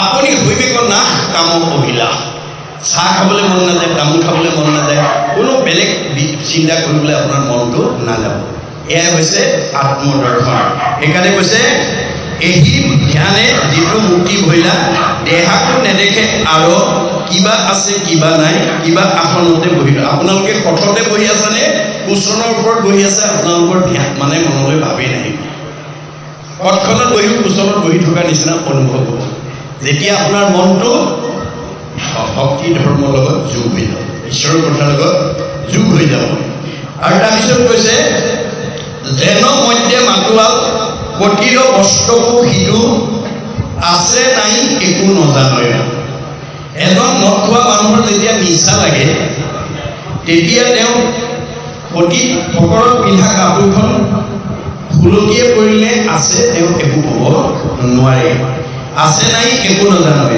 যাৱে পূৰ্ব কৰ্ম থাকে তাৱে প্ৰাণে ইন্দ্ৰিয়মে দেহা কোনো নাশনহি কয় আজি যে আমি এইখন গাঁৱলৈ বা এই পৃথিৱীলৈ মানুহ ৰূপে আহিবলগীয়া হ'ল কিয় আমাৰ বাসনা অপূৰণীয় হৈ থাকিলে অপূৰণীয় বাসনা পূৰণ কৰিবৰ কাৰণে আমি আহিছোঁ এইকাৰণে কৈছে কি যাৱে পূৰ্ব কৰ্ম থাকে তাৱে প্ৰাণ ইন্দ্ৰিয়মে যেতিয়ালৈকে আমাৰ মনৰ বাসনা শেষ কৰিব নোৱাৰোঁ তেতিয়ালৈকে আমি এই মায়াময় সংসাৰখনলৈ অহা যোৱা কৰিব লাগিব পুনৰপি জনমন পুনৰপি মৰণ হৈ থাকিব লাগিব বাসনাৰ পৰা আমি মুক্ত হ'বৰ কাৰণে গতিকে বাসনা যেতিয়ালৈকে মুক্ত নহ'ব তেতিয়ালৈকে অহা যোৱা কৰি থাকিব লাগিব বাসনা অসীম বাসনাৰ সীমা নাই কিন্তু মূৰ্খতম বাসনা পাপ আৰু পুণ্য মনত ৰাখিব কথা পাপ আৰু পুণ্য আমি বহুত প্ৰকাশৰ গাড়ী মটৰ কিনি সম্পত্তি ঘটিব পাৰিম কিন্তু লগত নিব নোৱাৰোঁ পুত্ৰ মানে যত্ন এইবিলাক আমি এৰি থৈ যাওঁ পুত্ৰ ভাড়া গৃহবাস এৰা আঁতৰ অভিলাষ সবে সপোন নৰনীতি প্ৰায় এইবোৰ চব আজি আছে কালিলৈ নাই গতিকে এইবোৰ আমি ইয়াতে এৰি থৈ যাব লাগিব কিন্তু লগত কি যাব পাপ পুণ্য দুই যাব লগত সত্তৰী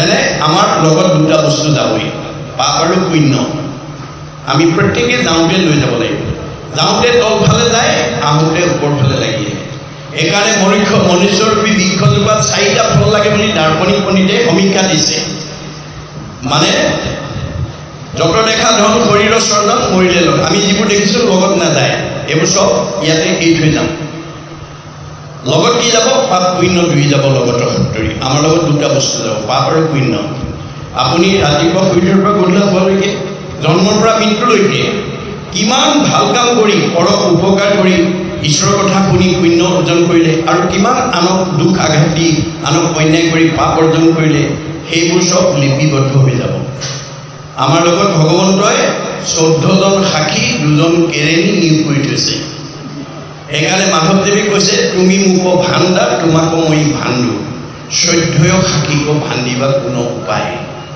আমাৰ লগত 14জন দেৱতা সাক্ষী ৰূপে থৈছে চকুৰ লগত সূৰ্য দেৱতা কাণৰ লগত দিকপাল নাকৰ লগত অশ্বিনী কুমাৰ মুখৰ লগত অগ্নি দেৱতা জিভাৰ লগত বৰুণ দেৱতা ছালৰ লগত বায়ু দেৱতা হাতৰ লগত ইন্দ্ৰ দেৱতা ভৰিৰ লগত বিষ্ণু দেৱতা ভৰিত বিষ্ণু থাকে কাৰণে আমি ভৰিত সেৱা কৰোঁ সূৰ্যৰ লগত মিত্ৰ দেৱতা লিংগৰ লগত প্ৰজাপতি বুদ্ধিৰ লগত ব্ৰহ্মা চিত্ৰৰ লগত বাসুদেৱ মনৰ লগত চন্দ্ৰ অহংকাৰৰ লগত ৰুদ্ৰ এই 14জন সাক্ষী আৰু 2জন কেৰেণী চিত্ৰ গুপ্ত চিত্ৰই দেখা পাব লিখে গুপ্তই নেদেখা পাব লিখে আজি আমি ইয়ালৈ অহাৰ লগে লগে আমাৰ 100% পুণ্য কাৰো কমাই নিদিয়ে আপুনি ইয়াত বহাটো দূৰৰ কথা আপুনি ঘৰৰ পৰা ওলাই আহোঁতে ভাগৱত শুনিম বুলি ওলাই আহোঁতে বাটত যদি কোনোবা বন্ধু বান্ধৱে আপোনাক লগ পাই কথা পাতে আপোনাক দৰ্শন কৰে তেতিয়াহ'লে আমাৰ বেদে কৈছে বৈষ্ণৱালয় সমীপ স্থান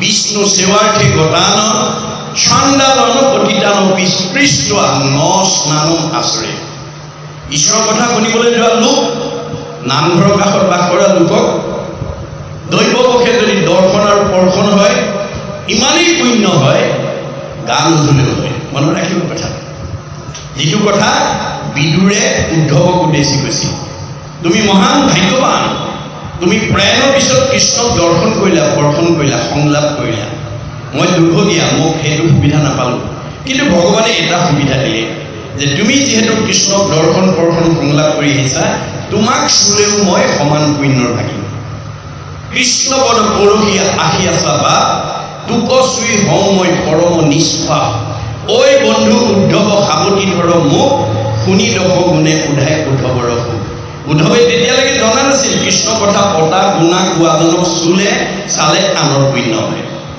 এতিয়াহে তেওঁ উপলব্ধি হৈছে গতিকে এইটো বিজ্ঞানসন্মত যে আপোনাৰ খৰখজুলি সংক্ৰামক ৰোগী হোৱা মানুহ এজনক যদি কোনোবাই সাৱটি ধৰে তেওঁ পিন্ধা কাপোৰ যদি পিন্ধে তেওঁ শোৱা বিচনাত যদি শুৱে ভাল মানুহজনৰ গালৈ সংক্ৰামক ৰোগ সংক্ৰমিত হৈ যায় কিয় ৰোগৰ বনোৰেনো তেওঁ পিন্ধা কাপোৰ শোৱা বিচনা বহা ঠাই সংক্ৰমিত হৈ যায় এইটো যেনেকৈ বাস্তৱ বিজ্ঞানসন্মত সত্য। এজন সন্ত মহন্ত ভক্ত বৈষ্ণৱৰ পিন্ধা কাপোৰ খোৱা বিচনা বহা ঠাইতো সদ্গুণৰ অনুৰেণু বিকশিত হৈ থাকে, সংক্ৰমিত হৈ থাকে। যাৰ কাৰণে উদ্ধৱে কি বুলি কৈছিল, মই কৃষ্ণৰ চাৰ বস্ত্ৰ পিন্ধো, উচিষ্ট খাওঁ। গতিকে এইবিলাক বিজ্ঞানসন্মত। ভগৱন্ত সৰ্বগুণাকৰ, তেওঁ পিন্ধা কাপোৰতো সদ্গুণৰ অনুৰেণু লাগি থাকে। সেইখন কাপোৰ যদি কোনোবাই পিন্ধে তেওঁৰ গালৈ সদ্গুণ সংক্ৰমিত হৈ যায়। গতিকে এই তথ্যবিলাক আমি যেতিয়ালৈকে নাজানিম তেতিয়ালৈকে হয়তো আমাৰ কৃষ্ণ কথা শুনাৰ প্ৰতি যিটো অনুৰাগ সেইটো আমাৰ নহ'ব। গতিকে আমি অনুৰাগী হ'ব লাগিব। অনুৰাগে ভক্তিৰ প্ৰতীক বুলি কৈছে বেদে, স্ব পৰম অনুৰক্তি ঈশ্বৰেই ভক্তি। ভক্তি বুলি আমি কাৰোবাক দেখুৱাই দিব নোৱাৰোঁ যে আপোনাৰ ঈশ্বৰৰ কথা শুনিবৰ কাৰণে, জানিবৰ কাৰণে, বুজিবৰ কাৰণে আপোনাৰ অনুৰাগটো আছে নেকি। যদি আছে আপুনি তৰি যাব আৰু, কাৰণ আমাৰ অনুৰাগে 6টা প্ৰমোচন দিব, মনত ৰাখিব দেই। আগ্ৰহ, ৰতি, প্ৰীতি, ভক্তি, শান্তি, 6 নম্বৰত মুক্তি। আপুনি এই জন্মত নহয়, অহা জন্মত আপুনি আজিৰ দৰে অনুষ্ঠানলৈ আপোনাৰ জীৱনটো আহিবই লাগিব। নহয় কোটি জন্মত হ'লেও আপুনি এই পৰিৱেশলৈ আহি মানে জীৱক মুক্তি কৰিলেহে আপোনাৰ জীৱই পৰম গতি লাভ কৰিব। যেতিয়ালৈকে নাহিব ভগতৰ সংগলৈকে তেতিয়ালৈকে আপোনাৰ বা মোৰ জীৱটো সংসাৰ চক্ৰত ঘূৰি থাকিব। 3টা লেয়াৰৰ ভিতৰত পুনৰপি জন্ম, পুনৰপি মৰণ হৈ ঘূৰি থাকিব লাগিব। মনত ৰাখিব, ভকতিয়েহে কৰ্মবন্ধৰ পৰা মুক্ত কৰিব। উদ্ধৱে কৈছিল যে, উদ্ধৱক কৈছিল যে তুমি পুণ্য লৈ গ'লেও আহিব লাগিব, পাপ লৈ গ'লেও আহিব লাগিব। পুণ্য লৈ গ'লে তুমি এতিয়াতকৈ বেছি সুখ ভোগত মানে ভাল জুনিত ভাল ঠাইত জন্মগ্ৰহণ কৰি সুখ ভোগৰ কাৰণে আহিব লাগিব। আৰু যদি পাপ লৈ যোৱা এতিয়াতকৈ বেছি নিজ জুনিত নিজ ঠাইত জন্মগ্ৰহণ কৰি দুখ ভুগিবলৈ আহিব লাগিব। গতিকে এই পাপ পুণ্য কৰ্মবন্ধ যেতিয়ালৈকে থাকিব, এই পূৰ্ব বাসনা, ইয়াতে কৈছে বাসনা, এই বাসনাটো যেতিয়ালৈকে থাকিব আমি এই জীৱ মানে ধাৰণ কৰি থাকিব, প্ৰাণ ইন্দ্ৰিয় লৈ পেলাই আমি অহা যোৱা কৰি থাকিব লাগিব। এতিয়া উদ্ধৱে ক'লে তেতিয়াহ'লে তোমাৰ ওচৰলৈ যাম কেনেকৈ? তেতিয়া উদ্ধৱক কৈছে, মাধৱে বুলন্ত সখী শুনা হবে ভেদ, মূৰ ভগতিহে কৰে কৰ্মবন্ধ ছেদ। কৰ্মবন্ধ ছেদ। ভাগৱত শুনাৰ লগে লগে হৃদতে হৃদয় গ্ৰন্থি বুলি কৈছে, চিত্ততে সৰ্ব সংশয়। আমাৰ বাসনাবিলাক আমাৰ জীৱৰ লগত গাঁঠি লাগি আহে। ভাগৱত শুনাৰ লগে লগে গাঁঠি খুলি যায়, সংশয় দূৰ হৈ যায়। গতিকে ভাগৱত নুশুনা বা ঈশ্বৰৰ কথা নুশুনা কোনো জীৱ এই সংসাৰৰ পৰা মুক্ত হ'ব নোৱাৰে। বৰঞ্চ যদি মানুহৰ জন্ম পাই ঈশ্বৰৰ কথা নুশুনে তেওঁৰ জীৱনটো হয়তো আকৌ তৰ্তীৰ্ণ শিলালৈ গুচি যাবলগীয়া হ'ব পাৰে। মাধৱদেৱে কৈছে, মনুষ্যৰ জন্ম পাই হৰি নভজিলা, অৱশ্যে হইবা ভাই তীৰ্ণ তৰুশিলা। তৰ্তীৰ্ণ বিলাকে মানুহ জন্ম লৈ মুক্তি ল'বৰ কাৰণে সদায় বাঞ্ছা কৰি আছে। বেদত কৈছে, পৰো পকালে ফলন্তি বৃক্ষা। গছবিলাকে ফল দি আছে, নিজে নাখায়, আনক খুৱাইছে, জীৱ জন্তুক খুৱাই আছে। আনৰ পুণ্য আচৰণ কৰিছে, উপকাৰ কৰি পুণ্য অৰ্জন কৰিছে। কি লাগে? মানুহৰ জন্ম লাগে। পৰোপকাৰে বহন্তি নদ্যা, নদীবিলাক অহৰহ বৈ আছে পৰোপকাৰ সাধনৰ কাৰণে, মানুহৰ জন্ম পাবৰ কাৰণে। পৰোপকাৰে দুগ্ধন্তি গাব, গাইবিলাকে গাখীৰ দি আছে, নিজে নাখায়, আনক খুৱাই আছে। কি লাগে? মানুহৰ জন্ম। প্ৰকৃতি জগতৰ সকলো জীৱই মানুহৰ জন্ম পাবৰ কাৰণে অহোৰাত্ৰ যত্ন কৰি আছে। প্ৰকৃতি জগতৰ দূৰৰ কথা, স্বৰ্গৰ দেৱতাসকলে ব্ৰহ্মাকে প্ৰমুখ্য কৰি 33 কোটি দেৱতাই এই ধৰাধামত মানুহৰ জন্ম পাবৰ কাৰণে বাঞ্ছা কৰে বুলি বেদত উল্লেখ কৰিছে। অতো হি দেৱা ইচ্ছন্তি জন্ম ভাৰত ভূতলে।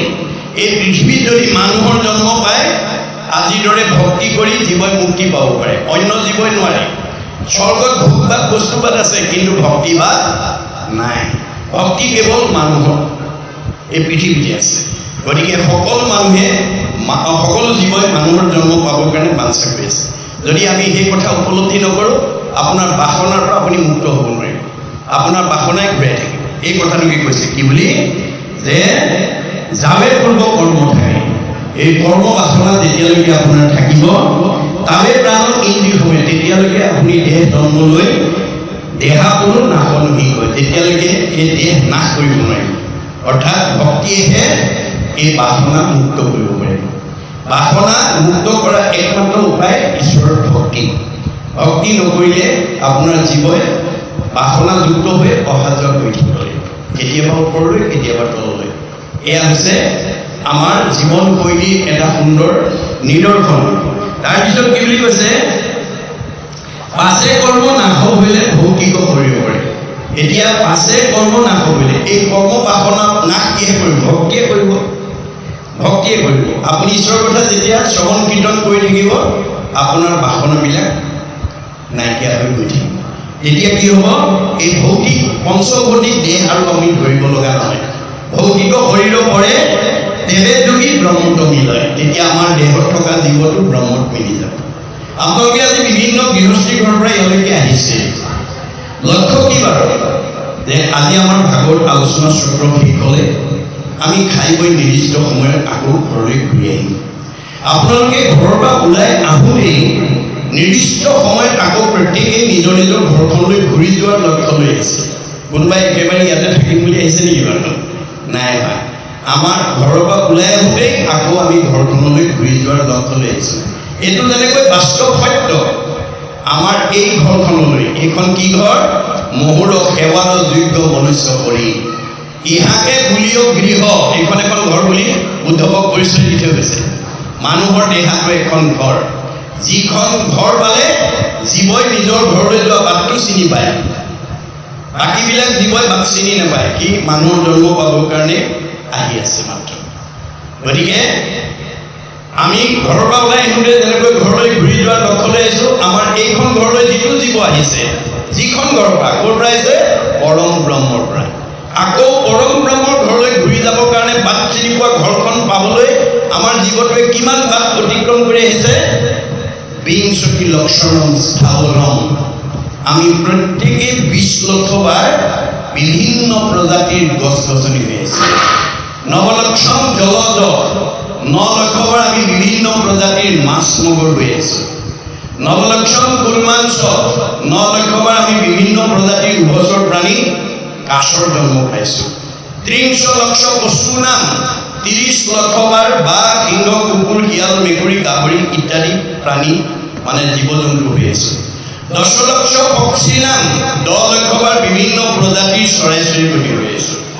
14 লক্ষ বানৰা, 4 লক্ষ বাৰ আমি বিভিন্ন প্ৰজাতিৰ বানৰৰ জন্ম পাইছোঁ। 2 লক্ষ ধমানৱ হিতাহিত জ্ঞান শূন্য, 2 লক্ষ বাৰ হিতাহিত জ্ঞান শূন্য অৰ্ধমানৱ চিম্পাঞ্জীৰ দৰে জন্ম ধাৰণ কৰিছোঁ। তথৌ মনুষ্যত্ব প্ৰাপ্য তত কৰ্মাণি সাধুৱে। সৌভাগ্যক্ৰমে তাৰপিছতে পুণ্য অৰ্জন কৰি মানুহ নামৰ উপাধিটোলৈ প্ৰমোচন পাইছে। মানুহ নামৰ উপাধিটোলৈ প্ৰমোচন পালে আজিৰ দৰে আমি ঈশ্বৰৰ ভক্তি কৰি আমি 7টা ষ্টেপ পাৰ হৈ নিজৰ ঘৰখন পাই যাওঁ। ভাগৱত শুনাৰ লগে লগে প্ৰথমে দহিব পাতে কচয়। আপোনাৰ যিবিলাক এই বেয়া ভাৱ আছিল, কুবুদ্ধি, অসৎ চিন্তা, অসৎ ভাৱনা, অসৎ পৰিকল্পনা, কুসংস্কাৰ, অন্ধবিশ্বাস, মনৰ সংকীৰ্ণতা, কুপৰম্পৰা, এইবিলাকৰ পৰা ভাগৱত শুনাৰ লগে লগে আমাৰ মন মুক্ত হৈ যাব। গতিকে আমাৰ প্ৰথমে দহিব পাতে কচয়, এই পাপবিলাক নাইকিয়া কৰিব। পৰাইবে মহাপুণ্য যে আন্ধাৰ যেতিয়া আঁতৰিব পোহৰ আহিবলৈ বাধ্য। আপোনাৰ মনৰ পৰা বেয়া ভাৱ যেতিয়া আঁতৰ হ'ব, ভাল ভাৱ আহি সোমাই যাব। সেইটোৱে সত্য যুগ বুলি কৈছে দেই। দূৰ ভৈল কাম ক্ৰোধ লোভ মোহ ছয়, জানিবা এইখনে ভৈলে সত্যৰ উদয়। এতিয়া একেবাৰে শেষ হৈ পেলাই যুগ নাহে, আপোনাৰ গুণবিলাক নাইকিয়া হ'ব। আমাৰ আজিৰ এই কলি যুগতো কোনোবাই সত্য যুগৰ দৰে জীৱন যাপন কৰি আছে হয়তো, যদি তেওঁ ভাগৱত শুনি এই বেয়া ভাৱবিলাকৰ পৰা নিজক মুক্ত কৰিব পাৰিব। যেতিয়ালৈকে আমাৰ বেয়া ভাৱবিলাক থাকিব, তেতিয়ালৈকে সত্য যুগৰ আমি পাৰিষদ হ'ব নোৱাৰিম। দূৰ ভৈল কাম ক্ৰোধ লোভ মোহ ছয়, জানিবা এইখনে ভৈলে সত্যৰ উদয়। সত্যাপৰ তেতাকলি আমাৰ মনৰ জগতখনত মানে ঘণ্টাই ঘণ্টাই মিনিটে মিনিটে সলনি হৈ থাকিব পাৰে। সত্যাপৰ তেতাকলি, সত্যাপৰ তেতাকলি আহি পাপৰ কৰ্মক লাগি মন লাগি তলি, জানিবা এইখনে আহি পাইলে পাপি কলি। আপোনাৰ মনটো যেতিয়া বেয়া কামৰ পৰা ধাৱমান হ'ব, জানিব কলি আহি সোমাই গ'ল। যেতিয়া বিলাসিতাৰ প্ৰতি ভাৱৰ দাপৰ যুগ আহিব, যেতিয়া পূজা পাতলৰ কথা ভাবিব, তেতিয়া ত্ৰেতা যুগ আহিব। এই যুগৰ মনৰ মাজত চলি আছে, এইটো আধ্যাত্মিকতা আৰু ইটো হৈছে বাহ্যিকতা। গতিকে যুগ একেদৰে নাথাকে, সলনি হৈ থাকিব আৰু যুগমতে ধৰ্ম আচৰণ হৈ আছে, হৈ থাকিব। গতিকে এতিয়া আমাক ভাগৱতে মাত্ৰ কি কৈছে যে আমি পূৰ্বৰ কৰ্ম বাসনাৰ পৰা অৰ্থাৎ আমাৰ মানে এই কৰ্মবন্ধ বাসনাৰ কৰ্মবন্ধৰ পৰা যেতিয়ালৈকে আমি মুক্ত হ'ব নোৱাৰিম। চুম্বক মাত্ৰেই লু আকৰ্ষণ কৰে, চুম্বকৰ ধৰ্ম, কিন্তু মামৰ থকা লুটো চুম্বকে আকৰ্ষণ কৰিব নোৱাৰে। ঠিক তেনেকৈ মানুহ মাত্ৰেই চাৰিমুঠি জীৱৰ ভিতৰত ঈশ্বৰক শুনিব পৰা শক্তি মানে মানুহৰ বাদে আনৰ নাই। মানুহ মাত্ৰেই ঈশ্বৰৰ কথা শুনিব লাগে, কিন্তু যদি আপোনাৰ মনটোত মামৰ লাগি আছে, বিজ্ঞানৰ ভাষাত মামৰ আৰু শাস্ত্ৰীয় ভাষাত কৰ্মবন্ধ, এই কৰ্মবন্ধ বা মামৰ পৰা আপুনি মনটো উদ্ধাৰ কৰাৰ দায়িত্ব আপোনাৰ। আপোনাৰ ভাগ্য আপুনি কৰিব লাগিব। You are the creator of your own destiny. দাৰ্শনিক পণ্ডিতে কৈছে আপোনাৰ ভাগ্যখন আপুনি কৰিব লাগিব। আপোনাৰ পৰিয়ালটো আপুনি ভাল কৰিব লাগিব, আপোনাৰ পৰিৱেশটো আপুনি ভাল কৰিব, আপোনালোকৰ সমাজখন আপোনালোকে আনে আহি নোৱাৰে। গতিকে আমি ভাগৱতৰ পৰা এই তথ্য লৈ পেলাই আমি নিজক সংস্কাৰ কৰিব লাগিব। যেতিয়ালৈকে আমি কৰ্মবন্ধৰ পৰা নিজক মুক্ত কৰিব নোৱাৰোঁ ভকতিৰ দ্বাৰা, তেতিয়ালৈকে আপোনাৰ বা মোৰ জীৱটোৱে সংসাৰ চক্ৰত ঘূৰিয়ে থাকিব লাগিব। যাৱে পূৰ্ব কৰ্ম থাকে তাৱে প্ৰাণৰ ইন্দ্ৰিয়সমে দেহা কোনো নাশনহি হয়। গতিকে এই ভৌতিক দেহা বিনাশ কৰাৰ একমাত্ৰ মাধ্যম হৈছে ভকতি, আৰু সেইটো কেৱল মানুহে কৰিব পাৰে। মানুহৰ জন্ম নোপোৱা পৰ্যন্ত জীৱই আগবাঢ়ি আহি থাকিব মানুহক পাবৰ কাৰণে। মনত ৰাখিব কথাটো। তাৰপিছত কৈছে পাছে কৰ্ম নাশ হ'লে ভৌতিক শৰীৰ পৰে। যেতিয়া কৰ্মবন্ধ আমাৰ ভকতিয়ে নাইকিয়া কৰি দিব, আমাৰ আৰু পঞ্চভৌতিক দেহ ধৰিব নালাগে। তেবে যোগী ব্ৰহ্মত মিলয়। তেতিয়া আমাৰ জীৱনটোৱে 7টা ষ্টেপ পাৰ হ'ব দেই। প্ৰথমে দহিব পাতিকচয়, কৰাইবে মহাপুণ্য অদ্ভুতয়, মিলাইবে বিষয়ক বীৰগতি, কৃষ্ণৰ খুৱাইবে প্ৰেম ভকতি, উপদাইবে আদি বৈষ্ণৱ জ্ঞান, মায়াকো দহিয়া কৰৈ নিৰ্যান, চৈতন্যময় পূৰ্ণানন্দ হয় থৈমন্ত তেন্তে এৰেগে। ষ্টেপ বাই ষ্টেপ আমি আগবাঢ়ি গৈ থাকিম। ভাগৱতে আমাক আগবঢ়াই নি থাকিব দেই। জন্ম মানে বেদান্ত সাৰ ভাগৱত, জীৱন শৈলীৰ সকলো দিশ ভাগৱতত সন্নিৱিষ্ট কৰি ৰাখিছে। এটা জীৱই মাতৃগৰ্ভত স্থিতি লোৱা দিনৰ পৰা মৃত্যু পৰ্যন্ত কি খাব লাগিব, কি খাব নালাগিব, কলৈ যাব লাগিব, কলৈ যাব নালাগিব, কি কৰিব লাগিব, কি কৰিব নালাগিব, চব তত্ত্ব বতুম গোটেই নীতি নিবন্ধ কৰিছে। ভাগৱতত 8 প্ৰকাৰ সদাচাৰৰ কথা উল্লেখ আছে। 8 প্ৰকাৰ সদাচাৰ যদি আপুনি নিজে ভাগৱতৰ পৰা আয়ত্ব কৰিব পাৰে আৰু পৰিয়ালক যদি আপুনি সেই সদাচাৰ মতে চলাব পাৰে, আপোনালোকৰ ঘৰখনত বেমাৰ আজাৰ, মনোমালিন্য আৰু মানে আয়ুস আগতীয়াকৈ যাব নালাগে, আয়ুস বঢ়াব পাৰে। 8 প্ৰকাৰ সদাচাৰ কিন্তু আপোনালোকে জানিব লাগিব, নিজেও জানিব লাগিব, ল'ৰা ছোৱালীকো পৰিয়ালটোকো জনাব লাগিব। যাৰ কাৰণে শংকৰ মাধৱৰ দিনত কেইবাজনো আটা পুৰুষে এই ভাগৱতৰ ব্যাখ্যা তেওঁলোকৰ পৰাই শুনিছিল, কিন্তু তেওঁলোকৰ এটা চাৰিত্ৰিক বৈশিষ্ট্য আছিল, গুৰুতকৈ শিষ্য জ্ঞান খুচৰি খুচৰি লয় জ্ঞান। নজনা কথাবিলাক চব শিকি ল'লে। শিকাওঁতা মাধৱদেৱ 107 বছৰ, শিকাওঁতা শংকৰদেৱ 120 বছৰ, তেওঁলোকৰ পৰা শিক্ষা লোৱা বদলা এটা 130 বছৰ, ৰাম ৰামাতা 140 বছৰ, মথুৰা দাস আটাই 151 বছৰলৈ আয়ুস বৃদ্ধি কৰি দিয়ে। এই ওপৰঞ্চি বয়সবিলাক ক'ৰ পৰা পালে? আমাক চবকে 100 বছৰে দিছে ভগৱানে। মনুষ্যৰ আয়ুসৰ বৰিষ সংখ্যা কাকো কমাই দিয়া নাই। কিন্তু গুৰুজনে ভাগৱতত কৈছে, মই গুৰুৰূপে যিখিনি নিয়ম বান্ধি দিছোঁ ভাগৱতত, সেইখিনি যদি পালন কৰিব পাৰা ভগৱানে দিয়াকৈ আয়ুস বঢ়াব পাৰিবা, আৰু যদি পালন নকৰা ভগৱানে দিয়া আয়ুসতকৈ তুমি আগতে বিদায় ল'ব লাগিব। আজি আমাৰ 100 বছৰ ভোগ কৰিবলৈ নোপোৱাকৈ আগতীয়া বিদায় লোৱা মানুহৰ সংখ্যা বেছি। কিয়? আপোনালোকৰ এই বেজবৰুৱা পথৰ নামঘৰৰ দৰে বহুত নামঘৰত এই চৰ্চা নাই, ভাগৱতৰ চৰ্চা নাই, ভাগৱতৰ নিয়ম নীতি নাজানে। গতিকে লগত নিব নোৱাৰা ধনৰ ওপৰতে গতি কৰি আছে। গতিকে আমি লগত নিব নোৱাৰা ধন ঘটি থাকিলেই নহ'ব, কাৰণ মানুহৰ জন্ম পাই আমি লগত নিয়া ধন আমি ঘটিব লাগিব, তেতিয়াহে জীৱনৰ সাৰ্থকতা হ'ব। গতিকে 1 নম্বৰ সদাচাৰ হৈছে কায়ৰ সদাচাৰ। আজিৰ দৰে পবিত্ৰ অনুষ্ঠান এটা আমি এই শৰীৰটো লগাই উপকাৰ কৰি দিব লাগে দেই। কোনোবাই শাক পাচলি কাটি দিছে, কোনোবাই কল কুঁহিয়াৰ কাটিছে, কোনোবাই মানে চাহ বনাই ভকতৰ মুখলৈ আনিছে, কোনোবাই তামোলৰ বটাটো আনি দিছে, কোনোবাই মাটি নি বঢ়াইছে, কোনোবাই হাত ভৰি ধুৱাই দিছে। প্ৰতিটো কৰ্মতে পুণ্য নিহিত হৈছে। মনত ৰাখিব কথা, service to man is the service to God. মানৱ সেৱা ঈশ্বৰ সেৱা। আপুনি এতিয়া বৈকুণ্ঠপতি কৃষ্ণক আৰু মানে নামঘৰলৈ বা সমাজলৈ বা ঘৰলৈ নাহে। কোন আহিব? হৰিৰ মূৰ্তিক হৰি ভক্তক দেখিবা, শক্তি অনুৰূপে তাৰ প্ৰীতি আচৰিবা। আমাৰ এইসকলক আমি যদি যাদৱ মাধৱ কল্পনা মাধৱী বুলি ভাবি লওঁ, গণ্ডগোল লাগি যাওঁ। আমাৰ দেহ ধৰ্ম লোৱা হ'ব। আমি দেহ ধৰ্ম এৰি আত্মা ধৰ্ম ল'ব লাগিব। আজি আমাৰ দেহ ধৰ্মতে মানুহ ব্ৰতী হৈ আছে। কাষৰ মানুহজন বা মানুহগৰাকী আহিলে চোতালতে সোধে, কেলৈ আহিছিলে? বোলে বাপক অকণমান লগ কৰিব লাগিছিল। বোলে বাপ নাই নহয়, ক'লৈ গ'লি? বজাৰলৈ ওলাই গৈছে এই মানুহ। হয় নেকি? বোলে হয়, তেনে যাওঁগৈ বোলে, যোৱাগৈ। আমাৰ বহুতে ঈশ্বৰক চোতালৰ পৰাই খেদি পঠিয়ায়। আপুনি যাদৱ মাধৱ আহিছে বুলিলে আপুনি দেহ ধৰ্ম লোৱা হ'ল। আপুনি যাদৱ মাধৱ কল্পনা মোৰ ঘৰৰ মানুহজন, ওচৰৰ মানুহজন আহিছে বুলি নাভাবিলে ভুল হ'ব। সেইটো ধৰ্ম এৰিব লাগিব। আপুনি দেহ ধৰ্ম এৰি আত্মা ধৰ্ম ল'ব লাগিব। আপোনাৰ কাষৰ ঘৰৰ মানুহজন বা মানুহগৰাকীকো যদি তৎক্ষণত বহুৱাই ধূপ এটা লগাই ল'ৰাটোক আনি আশীৰ্বাদ এটা লয়, তেওঁ অ হৰি ওৰাম বুলিয়ে ক'ব। 20 মাইলৰ আঁতৰৰ পৰা অহা ভকতজনক বহুৱাই সেৱা কৰিলেও অ হৰি ওৰাম বুলি ক'ব। এই অ হৰি ওৰাম শব্দ, অ হৰি হৰতি পাপই কি হৰি, অ ৰাম ৰাম নামত ৰমণ কৰি চৈতন্য কৰি ৰাখা, জীয়া মানুহ কৰি ৰাখা। আমাৰতো বহুত মানুহ মৰা মানুহ হৈ আছে। আমাৰতো সমাজত বহুত মৰা মানুহ আছে। কপিলে মাকক কৈছে, মা তুমি জীয়া মানুহৰ দৰে থাকিবলৈ শিকিবা।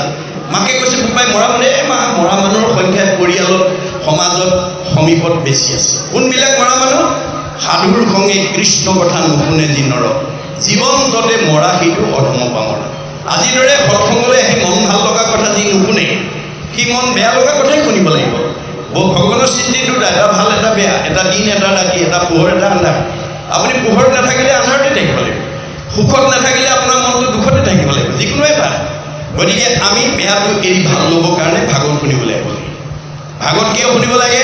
বেয়া এৰি ভাল ল'বৰ কাৰণে। বেয়া এৰি ভাল লোৱাটোৱেই বৈজ্ঞানিক দৃষ্টিভংগী। ভাগৱতে মাত্ৰ দুটা দিশ দেখুৱাইছে, বামপাশে মায়া, দক্ষিণত ভক্তি মাও, দেখি ব্যাসৰ ঋষিৰ ৰোমাঞ্চ হৈল গাও, মায়ে বান্ধন্ত ভক্তি মাও মেলাবন্ত, দুহান্ত মধ্যত আছে ভগৱন্ত।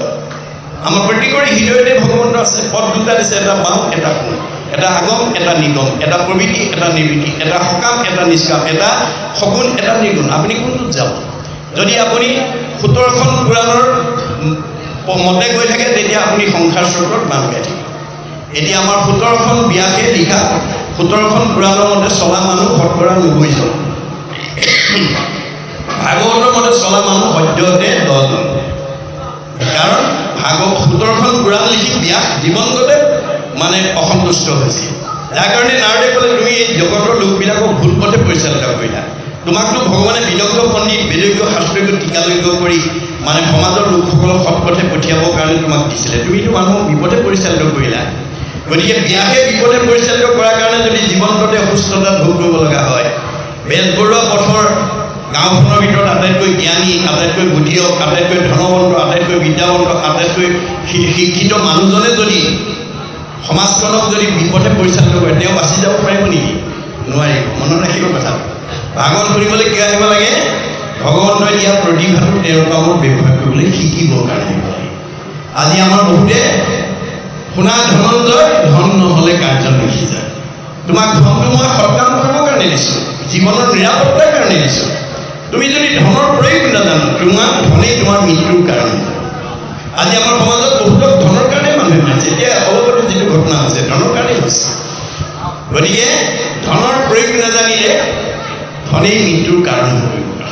গতিকে আমি প্ৰতিটো বস্তু যাতে ভাগৱতৰ দৰ্শন মতে আমি ল'ব পাৰোঁ, তাৰ কাৰণে আমি ভাগৱতৰ মাজলৈকে আহিবই লাগিব আৰু আমি উঠি অহা প্ৰজন্মক আমি আনিবই লাগিব।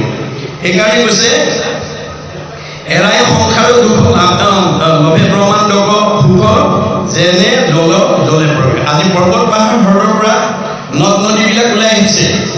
লক্ষ্য কি? সাগৰ মহাসাগৰ। যিদিনালৈকে পৰ্বত পাহাৰ হ্ৰদৰ পৰা ওলাই অহা নদ নদী সাগৰত নপৰিব, তেতিয়ালৈকে তেওঁ বৈয়ে থাকিব। আৰু যিদিনাখন সাগৰ বা মহাসাগৰ পৰিব, তেওঁ আৰু বুব নালাগে। আমাৰ জীৱনটো পৰম ব্ৰহ্মা বৈ আহি আছে। এতিয়া আমি মানুহৰ জন্মত পাইছোঁহি। এতিয়া আমি একেবাৰে ব্ৰহ্মত বিলীন যোৱা আমাৰ স্তৰটোলৈ আমি আহিছোঁ। গতিকে আমি যদি সেই কথাটো বুজি নাপাওঁ আকৌ আমি উভতি দুৰ্দিনৰ শিলালৈ গুচি যাব লাগিব। এই চকৰিটোকে ঘূৰাই আছে চক্ৰবত পৰিৱৰ্তনতে দুখানিছ সুখানিছ। ভগৱানে মাত্ৰ জীৱক লৈ আনন্দ কৰি আছে। আজি বেজবৰুৱা ৰাইজে অনুষ্ঠিত কৰা এই ভাগৱতলৈ আপোনালোক সকলো আহিছে। ভগৱানে অৰ্জুনক কৈছে বেজবৰুৱা পথৰ নামঘৰত আজি অনুষ্ঠিত কৰা ভাগৱত পাঠলৈ অহা সকলোৱে যদি সমানে শুনি দিয়ে, একান্ত মনে শুনি দিয়ে, চবকে মই যদি সমান নম্বৰ দি বৈকুণ্ঠলৈ পঠিয়াই দিবলগীয়া হয়, বেজবৰুৱা পথত মোৰ মানে মায়াৰ বজাৰখন বন্ধ হৈ যাব।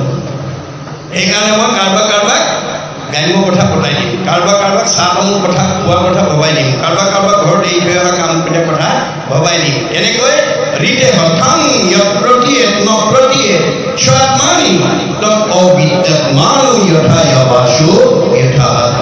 মোৰ মায়া নামৰ শক্তি এটা আপোনালোকক কাৰ মনলৈ পঠাইছে আপোনালোকে জানিব। তাৰমানে আপোনালোকক ভাগৱত শুনাৰ পৰা মনটো আঁতৰাই দিব পাৰিলেহে নম্বৰটো কমাই দিব পাৰিব। যদি আপোনালোকে একান্ত মনে শুনি যায় তেতিয়া দুগুণ পাব পাব। অৰ্জুনক কৈছে তুমি জীৱনৰ যিটো মুহূৰ্ত, যিটো সন্ধিক্ষণ সাধুৰ সংগত বহি মোৰ পৰম মংগল নাম শ্ৰদ্ধাৰে শুনিবা। অপৰম মংগল নাম যিকোনো শ্ৰদ্ধাৰে শুনৈ, হৰৈ পাব তাহাৰ দুগুণ, অনিচাৰ এক গুণ শ্ৰদ্ধাৰ দুগুণ নাম, এই মতে বুজিবা অৰ্জুন। কোনে কিমান নম্বৰ ল'ব আজি নিজৰ কথা দেই। যিমান শ্ৰদ্ধাৰে কৰিব বেছি নম্বৰ পাব, কম শ্ৰদ্ধাত কৰিব কম নম্বৰ পাব। বাস্তৱত যদি চাই স্কুল একেখনেই, 10মান শ্ৰেণীৰ ছাত্ৰ ছাত্ৰী, পঢ়ুৱা মাষ্টৰ একেকেইজনে, প্ৰশ্ন কাকত একেখনেই, কিন্তু ফলাফল বেলেগ বেলেগ। একেখন স্কুলৰ ছাত্ৰ একেকেইজন মাষ্টৰে পঢ়োৱা একেখন প্ৰশ্নৰ উত্তৰ লিখি কোনোবাই ষ্টেণ্ড কৰে, কোনোবাই ডিষ্টিংশ্যন, কোনোবাই ষ্টাৰ, কোনোবাই লেটাৰ, কোনোবাই ফাৰ্ষ্ট জয়, কোনোবাই ছেকেণ্ড জয়, কোনোবাই থাৰ্ড জয়। ৰহস্য ক'ত? এই ৰহস্য ভেদ কৰিবৰ কাৰণে ভাগৱত পঢ়িব লাগিব। ৰহস্য জানে যিটো মূৰ্খ, সততে কীৰ্তন কৰে মূৰ্খ, ধৰি গৃহব্ৰত কৰি যত্ন বিপুৰী। গাঁও একেখনে, সীমা একেটাই, এঘৰ শান্তিত আছে, এঘৰ অভাৱত আছে, কোনোবা আনন্দত আছে, কোনোবা বিষাদত আছে। এই ৰহস্য ভেদ কৰিবৰ কাৰণে ভাগৱত পঢ়িব লাগিব। আপুনি ভাগৱত নুশুনা পৰ্যন্ত আপোনাৰ মনৰ পৰা হিংসা ভাৱ আঁতৰ নহয়। আজি আমাৰ এই ভাগৱতৰ কথা নজনাৰ কাৰণে আমাৰ সমাজত বহুত মানুহে আনৰ হোৱা দেখিব নোৱাৰে। কাৰোবাৰ ল'ৰা-ছোৱালীকেইটা পঢ়া শুনাত আগবাঢ়ি গ'লে সীমা ঘৰৰ মানুহে হিংসা কৰে। তেনেকুৱা স্বভাৱ যদি আছে আজি ইয়াতে এৰিব। আমাৰ 10ম স্কন্ধত ভগৱন্তে কৈছে অপৰৰসম পদ দেখি মৰে যিটো চক্ষু পুৰি, তাৰ আশা ভৱে ভুৱে নষ্ট, তোমাত বিমুখ হলে একো আত সুখ নাই, মিছা ভৱে যত কৰে কষ্ট। আপুনি যিমান হৃদয়ত মোৰ আছে কাম কৰি উপাৰ্জন নকৰক, তেওঁ থকা হৃদয়খনত যদি পৰহিংসা ভাৱ থাকে আপোনাৰ মনৰ কামনা কেতিয়াও পূৰণ হ'বলৈ নিদিয়ে, ভগৱন্তই নিদিয়ে। মনৰ কামনা পূৰণ নোহোৱা কোনো মানুহে খোলা হাঁহি মাৰিব নোৱাৰে। খোলা হাঁহি মাৰিব নোৱাৰা মানুহৰ চেহেৰা ভাল নহয়, কমনি এটা নাবাঢ়ে, পৰমায়ু নাবাঢ়ে। বাইবেলত চলোমনে কৈছে may the heart do it good like a medicine, a broken heart dry the bone. যাৰ হৃদয়ত আনন্দ থাকিব মেডিচিনৰ দৰে কাম কৰিব, চেহেৰা ধুনীয়া কৰিব, আয়ু বঢ়াব, পৰমায়ু বঢ়াব। যাৰ অন্তৰত দুখ বেদনা থাকিব আৰু ভীমুখ খাব, হাড়লৈকে শুকাই যাব। আহাৰে চেহেৰা ভাল কৰিব নোৱাৰে যদি মনটো আনন্দত ৰাখিব নোৱাৰে। মনৰ ওপৰতে আমাৰ শাৰীৰিক মানসিক বৌদ্ধিক বিকাশৰ নিৰ্ভৰ কৰে। গতিকে আমি মনটো আজিৰ দৰে অনুষ্ঠানলৈ আহি যিখিনি নীতি সদাচাৰ আমি সেইখিনি শিকিলোঁ। বাক্যৰ সদাচাৰ আজি আমাৰ বেজবৰুৱা গাঁৱৰ বহুত গৃহস্থী ঘৰত কাৰোবাৰ স্বামী স্ত্ৰীৰ মাজত মনোমালিন্য, কাৰোবাৰ শাহু বাৰীৰ মাজত মনোমালিন্য, কাৰোবাৰ দেউৰেকে নবৌৱেকৰ মাজত মনোমালিন্য, কাৰোবাৰ ককাই ভাইৰ মাজত মনোমালিন্য, কাৰোবাৰ সীমা ঘূৰিয়াৰ লগত মনোমালিন্য। গণ্ডগোল ক'ত লাগিল? ভগৱানে আমাক চাৰিমুঠি জীৱৰ ভিতৰত শ্ৰেষ্ঠ জীৱ দিছিলে মিলা প্ৰীতিৰে থাকিবৰ কাৰণে, মৰম স্নেহত থাকিবৰ কাৰণে, একতাৰ দোলেৰে বান্ধ খাই থাকিবৰ কাৰণে। গণ্ডগোল ক'ত লাগিল? কথা ক'ব নাজানে, কথা ক'ব নাজানে। বাক্যৰ সদাচাৰ আজি আমাৰ বহুতৰ নাই। যদি স্বামীয়ে ভাৰ্যাক কেনেকৈ মৰমেৰে কথাটো ক'ব লাগে সেইটো যদি নাজানে, সেইজন স্বামী কেতিয়াও ভাৰ্যাৰ প্ৰিয় হ'ব নোৱাৰে। এগৰাকী ভাৰ্যাই স্বামীক কেনেকৈ ভক্তি ভাৱেৰে শ্ৰদ্ধাৰে কথা ক'ব লাগে। তাক যদি নাজানে সেইগৰাকী ভাৰ্যা কেতিয়াও স্বামীৰ প্ৰিয় হ'ব নোৱাৰে। গতিকে স্বামীৰ প্ৰিয় হ'বলৈ হ'লে আপুনি স্বামীৰ মনত আঘাত হোৱাকৈ কেতিয়াও বাক্য এৰিব নালাগে। বাক্য আমাক ক'ব জানিব লাগিব। ভাগৱতে নিয়ম শিকাই দিছে আমাৰ কথা কেনেকৈ ক'ব লাগে। সত্য প্ৰিয় হিত। আপোনালোকে সদায় সঁচা কথা ক'বলৈ যত্ন কৰক। কালৈও ভয় কৰিব নালাগে। নিৰ্ভয়ে কথা ক'ব, মূৰ তুলি কথা ক'ব পাৰিব। মিছা কথা কোৱা মানুহ তললৈ মূৰ কৰি থাকে, ধৰাৰ পৰা ভয় কৰে। আপোনালোকৰ ঘৰৰ পৰিয়ালৰ ভিতৰত যি সঁচা কথা কয় তালৈ বাকী মিছা কথা কোৱাবিলাকে সমীহ কৰে। সমাজত যি সঁচা কথা কয় তালৈ মিছা কথা কোৱাবিলাকে সমীহ কৰে। গতিকে সঁচা কথা ক'ব লাগে। সত্য প্ৰিয়, কিন্তু কওঁতে আনে শুনি ভাল পোৱাকৈ ক'ব লাগে। সঁচা কথা ক'লোঁ বুলি দাম্ভিক মাৰি অহংকাৰে ক'লে নহ'ব, শুনিবলৈ ভাল পোৱাকৈ ক'ব লাগে। আৰু হিত, আপোনাৰ কথাটোৱে বা বাক্যটোৱে আনৰ উপকাৰ কৰিব লাগিব। ক'লে আপোনাৰ কি হ'ব? পৰোপকাৰে পুণ্য। আপোনাৰ কথাটোৱে যদি কাৰোবাক উপকাৰ কৰে আপোনাৰ পুণ্য হ'ব। তাকে নকৰি যদি আপোনাৰ কথাই যদি আনক আঘাত দিয়ে তেতিয়া কি হ'ব? পাপ পায় কল্পিত, তেতিয়া আপোনাৰ পাপ হ'ব। ভগৱানে কৈছে কাক দুখ দিছা? চবতে দেখোন ময়ে আছোঁ। যত দেখা ভূত প্ৰাণী সবাহাকে বিষ্ণু মানি হিংসা এৰি কৰা উপকাৰ। মই চবতে আছোঁ আত্মাৰূপে। কৰ্মফলে কুকুৰ চিগাল হৈ আছে, এইটো তোমালোকৰ হাত নাই। গতিকে কোনো সাধুৱে নাভাবিব মই আজি বোৱাৰীক একদম হৃদয়ত ভালকৈ দি থৈ আহিছোঁ। ভগৱানে কৈছে তুমি দুগুণ পাবৰ কাৰণে সাজু থাকা। শব্দ ব্ৰহ্ম, কাক দুখ দি থৈ গৈছা? কোনো বোৱাৰীয়ে নাভাবিব মই শাহুক আজি একদম মনত দুখ পোৱাকৈ কথা কৈছে। কাক ক'ব? তেওঁলোকৰ আত্মাই আছে।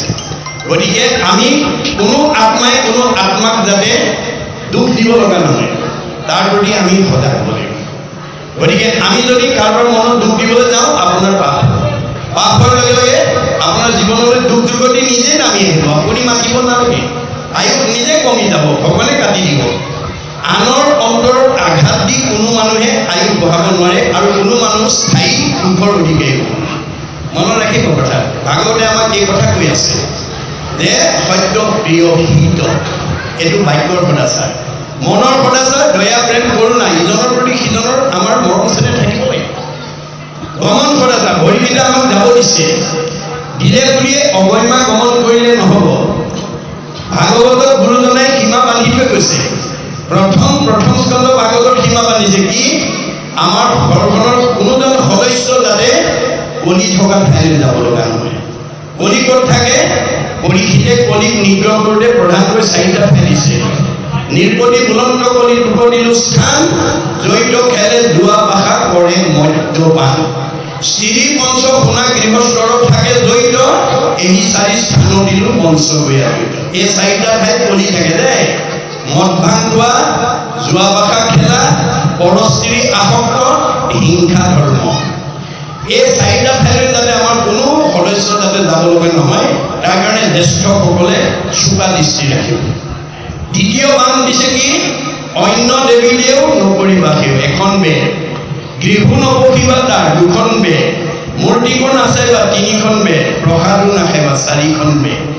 আমাৰ দেহত থকা জীৱটোক আমি প্ৰত্যেকেই সংঘ অনাসংঘ বামুণীয়া কীৰ্তনীয়া সত্ৰ সমাজ বুলি নহয়, আমাৰ মানুহ মাত্ৰেই আমাৰ দেহত থকা জীৱটোক এই চাৰিবেৰৰ মাজত ৰাখিবৰ কাৰণে মহাপুৰুষ শংকৰদেৱে ভাগৱতৰ মাজেদি আহ্বান জনাইছে। শংকৰদেৱে ভাগৱত কেৱল সংঘ অনাসংঘ বামুণীয়া কীৰ্তনীয়া সত্ৰ সমাজৰ কাৰণে লিখা নাই, বিশ্বৰ জীৱশ্ৰেষ্ঠ মানুহ তৰিবৰ কাৰণে তেওঁ ভাগৱতৰ মাজেদি আহ্বান জনাইছে। কি বুলি? উপ নৰলোক হৰি ভজিব ধৰা ইটো উপদেশ, এৰা আলোজাল জীৱা কটকাল ধৰা হৈল পৰৱে। উবা অসমৰ মানুহ, উবা ভাৰতৰ মানুহ, উবা সংঘ অনাসংঘ বামুণীয়া কীৰ্তনীয়া সত্ৰ সমাজ বুলি কোৱা নাই। বিশ্বৰ জীৱশ্ৰেষ্ঠ মানুহ কৰিবৰ কাৰণে শংকৰদেৱে ভাগৱত লিখি থৈ গৈছে। যাৰ কাৰণে তেওঁ আহ্বানৰ ওপৰত অধ্যয়ন কৰি মহাত্মা গান্ধীৰ মন্তব্য কৰি থৈ গৈছে। কি বুলি? What Shankardev was alone able to do, nowadays the whole army of the English knowing people cannot do. বিশ্বত এতিয়ালৈকে যিমানবিলাক গুৰু আৱিৰ্ভাৱ হ'ল, শংকৰদেৱে বিশ্ব মানৱৰ কাৰণে যিমান অৱদান দি থৈ গ'ল, পৃথিৱীৰ কোনো গুৰুৱে দিব পৰা নাই। আৰু সেইজন গুৰু অসমৰ বুকুত জন্ম হোৱাৰ কাৰণে অসমবাসীক তেওঁ ভূয়সী প্ৰশংসা কৰি থৈ গৈছে। কি বুলি? Assamese indeed fortunate, for Shankardev has 5 centuries back given to Assamese people an ideal which is also my ideal of Ram Rajya. মই যিখন ৰামৰাজ্য অসমত প্ৰতিষ্ঠা কৰাৰ মানস কৰি আহিছিলোঁ শংকৰদেৱে 500 বছৰ পূৰ্বতে সেইখন ৰামৰাজ্য অসমত প্ৰতিষ্ঠা কৰিছিল। অসমবাসী কিমান ভাগ্যৱান। কিন্তু আজি অসমৰ মানুহে গুৰুজনাৰ এই দৰ্শন সঠিকভাৱে অধ্যয়ন নকৰাৰ কাৰণে, আপোনালোকৰ বেজবৰুৱা নামঘৰৰ দৰে সকলো নামঘৰতে আলোচনা নোহোৱাৰ কাৰণে আজি আমাৰ মাজতে বিভাজন হৈ আছে। আমি ইজনে সিজনক লগত লৈ বহি খাব পৰা অৱস্থা হোৱা নাই। এইটো আমাৰ কাৰণে দুৰ্ভাগ্য। গতিকে সেইকাৰণে ভাগৱতৰ মাজেৰে যাতে আমি সমাজ সংস্কাৰ কৰি যাব, উঠি অহা প্ৰজন্মক যাতে আমি প্ৰকৃত পথৰ সন্ধান দিব পাৰোঁ, তেতিয়াহে ধন ঘটাৰ সাৰ্থকতা হ'ব। যদি ল'ৰাটো আপুনি মানুহ কৰি থৈ যায়, ছোৱালী যদি মানুহ কৰি থৈ যায়, সুপুত্ৰ হয় যদি কি কৰিব দিনে, সুপুত্ৰ হয় যদি কি কৰিব ধনে। আপুনি ল'ৰাটোক যদি ভাল নকৰাকৈ বহুত লাখ টকা কোটি টকা সঞ্চয় কৰিলে, আপোনাৰ ধনটো নাইকিয়া কৰিবলৈ তেওঁ বেছি সময় নালাগে। আপুনি ধাৰী কৰি যদি পঢ়াই শুনাই ল'ৰাটোক ভাল মানুহ কৰি থৈ যায়, আপোনাৰ ধাৰ পৰিশোধ কৰিবলৈ তাৰ বেছি সময় নালাগে। এয়া হৈছে ভাগৱতৰ ধন। এই কথা আমি জানিব লাগিব। তাৰপিছত কৈছে এইটো হৈছে গমন সদাচাৰ, তাৰপিছত শৌচ সদাচাৰ। শৌচ প্ৰস্ৰাৱ কৰি আমি গা পা ধুই পৰিষ্কাৰ হ'ব লাগে, এইটো নিয়ম। স্নান সদাচাৰ, এতিয়া গৰম দিন, মানে আপোনাৰ গৰম হ'ল বুলি বাথৰুমত সোমাই ভলকে পানী ঢালি গা ধুলেই নহ'ব। আমাৰ গুৰুজনাই দৰ্শন দিছে কি, তুমি বাহিৰ ভিতৰ দুইটা শুদ্ধ কৰিবা, পানীও ঢালি থাকিবা আৰু ঈশ্বৰৰ নাম লৈ থাকিবা। জয় গুৰু শংকৰ সৰ্বগুণাকৰ যাকেৰি নাহিকে উপাম, দুহাৰ ঈশ্বৰনে ৰেণু শতকোটি বাৰে কৰো প্ৰণাম। দৰ্শিত সুন্দৰ গৌৰ কলে কৰ জৈষ্ণ গুৰু প্ৰকাশ, সকলো সভাপদ ৰঞ্জন যাকেৰি দৰ্শনে পাপ বিনাশ। গুণমালা মানে আপোনাৰ গুৰু প্ৰতিমা, দেৱ প্ৰতিমা, গুণমালা মানে গীতা, ভাগৱত, কীৰ্তন, ঘোষা যি আছে আপুনি ঈশ্বৰৰ নাম কৈ কৈ গা ধুই থাকক। বাহিৰ ভিতৰত দুইটা শুদ্ধ আৰু সকলো শুদ্ধতাৰ ভিতৰত মনোসংহিতাত কৈছে সৰ্বে চাম এব শৌচানাম অৰ্থ শোষণ ফলম শ্ৰীমিতম। সকলো পবিত্ৰতাৰ ভিতৰত অৰ্থ পবিত্ৰতা সৰ্বশ্ৰেষ্ঠ। আজি আমাৰ বহুত মানুহে এই পবিত্ৰতাটো ৰক্ষা নকৰাৰ কাৰণে সমাজে সভাপতি সম্পাদক পাতি দিয়ে, অনুষ্ঠান পাতিবৰ কাৰণে দান বঙনি দিয়ে, ধুনীয়াকৈ অনুষ্ঠানো পাতে, পিছে ৰাহি ধন পইচাকেইটা হিচাপ সমাজৰ বহুত সভাপতি সম্পাদকে নিদিয়ে, যাৰ কাৰণে তেওঁলোকে আৰু ভৱিষ্যত সমাজৰ মানে বিশ্বাসৰ ভাজন নহয়। আমাৰ অনুষ্ঠান এটা পাতোঁতে আমাৰ লক্ষ্য আৰু উদ্দেশ্য হ'ব লাগিব কি, যে মই এইটো অনুষ্ঠানৰ দ্বাৰা উঠি অহা প্ৰজন্ম, সমাজখনক, পৰিৱেশটো যিহেতু মই ভাল কৰাৰ এটা মানস কৰিছোঁ, মই 25 বছৰ ধৰি দিলে ৰূপালী জয়ন্তী, 50 বছৰ ধৰি দিলে সোণালী জয়ন্তী, 60 বছৰ ধৰি দিলে হীৰক জয়ন্তী, 75 বছৰ ধৰি দিলে মহাৰাজ জয়ন্তী আৰু 100 বছৰ ধৰি দিলে শতবাৰ্ষিকী পাতি মই যাতে গুচি যোৱাৰ পিছতো মোৰ আদৰ্শই যাতে মোক জীয়াই ৰাখে। ৰুক্মিণী মন্দিৰ, এই দ্বাৰকা, কালসাগৰ এদিন বিলুপ্তি হৈ যাব, কিন্তু কৃষ্ণ বৈকুণ্ঠ পৰায়ণ হোৱাৰ লগে লগে দ্বাৰকা নগৰ সাগৰত ডুব গ'ল, কিন্তু ৰুক্মিণী মন্দিৰটো আজি পুৱতি সাগৰৰ মাজত জিলিকি আছে। আৰু সেই মন্দিৰ চাই অহা ভকতো আমি লগ পাইছোঁ। কিন্তু গুৰুজনাই কৈছে যে তুমি এতিয়া সেই সাগৰৰ মাজত ৰুক্মিণী মন্দিৰ বিচাৰি ফুৰিলে নহ'ব। তুমি বেজবৰুৱা পথৰ গাঁৱত জন্মগ্ৰহণ কৰি গাঁওখনৰ কাৰণে, সমাজখনৰ কাৰণে, উঠি অহা প্ৰজন্মৰ কাৰণে, অনুষ্ঠানৰ কাৰণে, প্ৰতিষ্ঠানৰ কাৰণে, দহৰ উপকাৰ কাৰণে তুমি কি ভাল আদৰ্শ এৰি থৈ গ'লা, এই আদৰ্শই হ'ব ৰুক্মিণী মন্দিৰ। আজি শংকৰ মাধৱ আমাৰ মাজত কায়িকভাৱে নাই, মহাত্মা গান্ধী নাই, জ্যোতিপ্ৰসাদ আগৰৱালা নাই, ৰাভাদেৱ নাই, সুধাকণ্ঠ, ভূপেন হাজৰিকা নাই, আৰু এতিয়া অলপতে আমাৰ জুবিন গাৰ্গো নাই, এতিয়া কায়িকভাৱে নাই, কিন্তু তেওঁলোকে সমাজলৈ এৰি থৈ যোৱা আদৰ্শই তেওঁলোকক চিৰ সজীৱ কৰি ৰাখে। এয়া হ'ব ৰুক্মিণী মন্দিৰ। আমাৰ দেহ দ্বাৰকা, কালসাগৰ, এইটো আধ্যাত্মিকতা। আমাৰ দেহ দ্বাৰকা আজিৰ তাৰিখত যদি আজি ইয়াত যিমানকেইখন দ্বাৰকা গোট খাইছে, দেহ দ্বাৰকা অহা বছৰলৈ আজিৰ তাৰিখত যদি পাতে, ঈশ্বৰে নকৰক, আজি ইয়াত থকা 2-4খন দ্বাৰকা হয়তো কালসাগৰত ডুব যাব। মনত ৰাখিব, কালসাগৰত ডুব যাব। কিন্তু আপুনি এই গাঁওখনত জন্মগ্ৰহণ কৰি গাঁওখনৰ উপকাৰৰ কাৰণে কি আদৰ্শ হৈছে, সেইটো হৈছে আপোনাৰ ৰুক্মিণী মন্দিৰ। সেইটোৱে আমি এৰি থৈ যাব লাগিব, এই আদৰ্শ এৰি থৈ যাব লাগিব, যাতে আপুনি গুচি যোৱাৰ পিছতো আপুনি জীয়াই থাকে। এয়া হৈছে আমাৰ ভাগৱতৰ দৰ্শন। তাৰপিছত আহিলে অন্ন সদাচাৰ। আজি অন্ন সদাচাৰৰ ক্ষেত্ৰত আইসকলৰ ভূমিকা মুখ্যতম। আমাৰ বিবাহ পাশত আবদ্ধ হোৱা দিনাখনে গীতা ভাগৱতৰ মতে আইসকলে মানে পৰৱৰ্তী সময়ত পাৰিবাৰিক জীৱন, দাম্পত্য জীৱন, যুগ্ম জীৱন, সাংসাৰিক জীৱন, সামাজিক জীৱনত উন্নতি আৰু শান্তি প্ৰতিষ্ঠাৰ কাৰণে তেওঁলোকক ভাগৱত আৰু ভগতক সাক্ষী কৰি 7টা প্ৰতিজ্ঞাত প্ৰতিজ্ঞাবদ্ধ কৰে, যাক সপ্তপদী গমন বুলি কোৱা হয়। অৰ্থাৎ বিবাহিত আইগৰাকীয়ে যদি সপ্তপদী গমন নকৰে, তেওঁ সমাজে বা প্ৰচলিত আইনে বিবাহিত মহিলা বুলি স্বীকৃতি নিদিয়ে। গতিকে সপ্তপদী গমন কৰিব লাগিব। তাৰ প্ৰথম প্ৰতিজ্ঞাটো কিহৰ ওপৰত আছিল? অন্ন লাভৰ কাৰণে তুমি প্ৰথম খোজ আগবঢ়োৱা। তেতিয়া আইগৰাকীয়ে কৈছিল, আজিৰ পৰা ধন ধান অন্ন ব্যঞ্জন আদি মোৰ অধীন হ'ব। সেই অৰ্থে মই প্ৰথম খোজ আগবঢ়াইছোঁ বুলি সোঁ ভৰিটো এটা খোজ উত্তৰ দিশলৈ আগবঢ়ায়। এই কথাটো আমাৰ 7টা প্ৰতিজ্ঞাৰ ভিতৰত প্ৰথম প্ৰতিজ্ঞাটো অন্নৰ ওপৰত কিয় অগ্ৰাধিকাৰ দিছে বা প্ৰাধান্য দিছে? যে বিবাহিত কন্যাগৰাকীয়ে পৰৱৰ্তী সময়ত স্বামীকে প্ৰমুখ্য কৰি পৰিয়ালবৰ্গ, আলহী অতিথি, ভকত বৈষ্ণৱক অন্ন আদি খাদ্যদ্ৰব্য প্ৰস্তুত কৰি খুৱাব। আইগৰাকীয়ে খুওৱা অন্নৰ পৰা আমাৰ প্ৰত্যেকৰ শৰীৰৰ 7 ধাতুৰ সৃষ্টি হ'ব। অন্নৰ পৰা প্ৰথমে ৰস, ৰসৰ পৰা তেজ, তেজৰ পৰা মাংস, মাংসৰ পৰা মেদ, মেদৰ পৰা হাড়, হাড়ৰ পৰা মৰ্যা, মৰ্যাৰ পৰা শুক্ৰ, শুক্ৰৰ পৰা সতি সন্তান। অন্ন শুদ্ধ হ'লে ব্ৰহ্ম শুদ্ধ হ'ব, ব্ৰহ্ম শুদ্ধ হ'লে সতি সন্তান শুদ্ধ হ'ব। এতিয়া আমাৰ ৰন্ধন কৰিবলৈ যোৱা আইগৰাকীয়ে কেনেকৈ অন্ন ৰন্ধন কৰিলে শুদ্ধ হ'ব, সেই কথাটো গীতা ভাগৱতত কৈছে।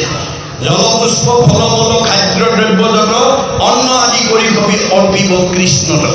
আপুনি ৰান্ধিবলৈ নিয়া চাউলমুঠি ধোৱাৰ আগতে এমুঠি হাতত তুলি লৈ গুৰুদেৱ নাম ভগতত লাগিবৰ্থে বা ভগৱন্তত লাগিবৰ্থে অৰ্পণ কৰা হ'ল কৃষ্ণ।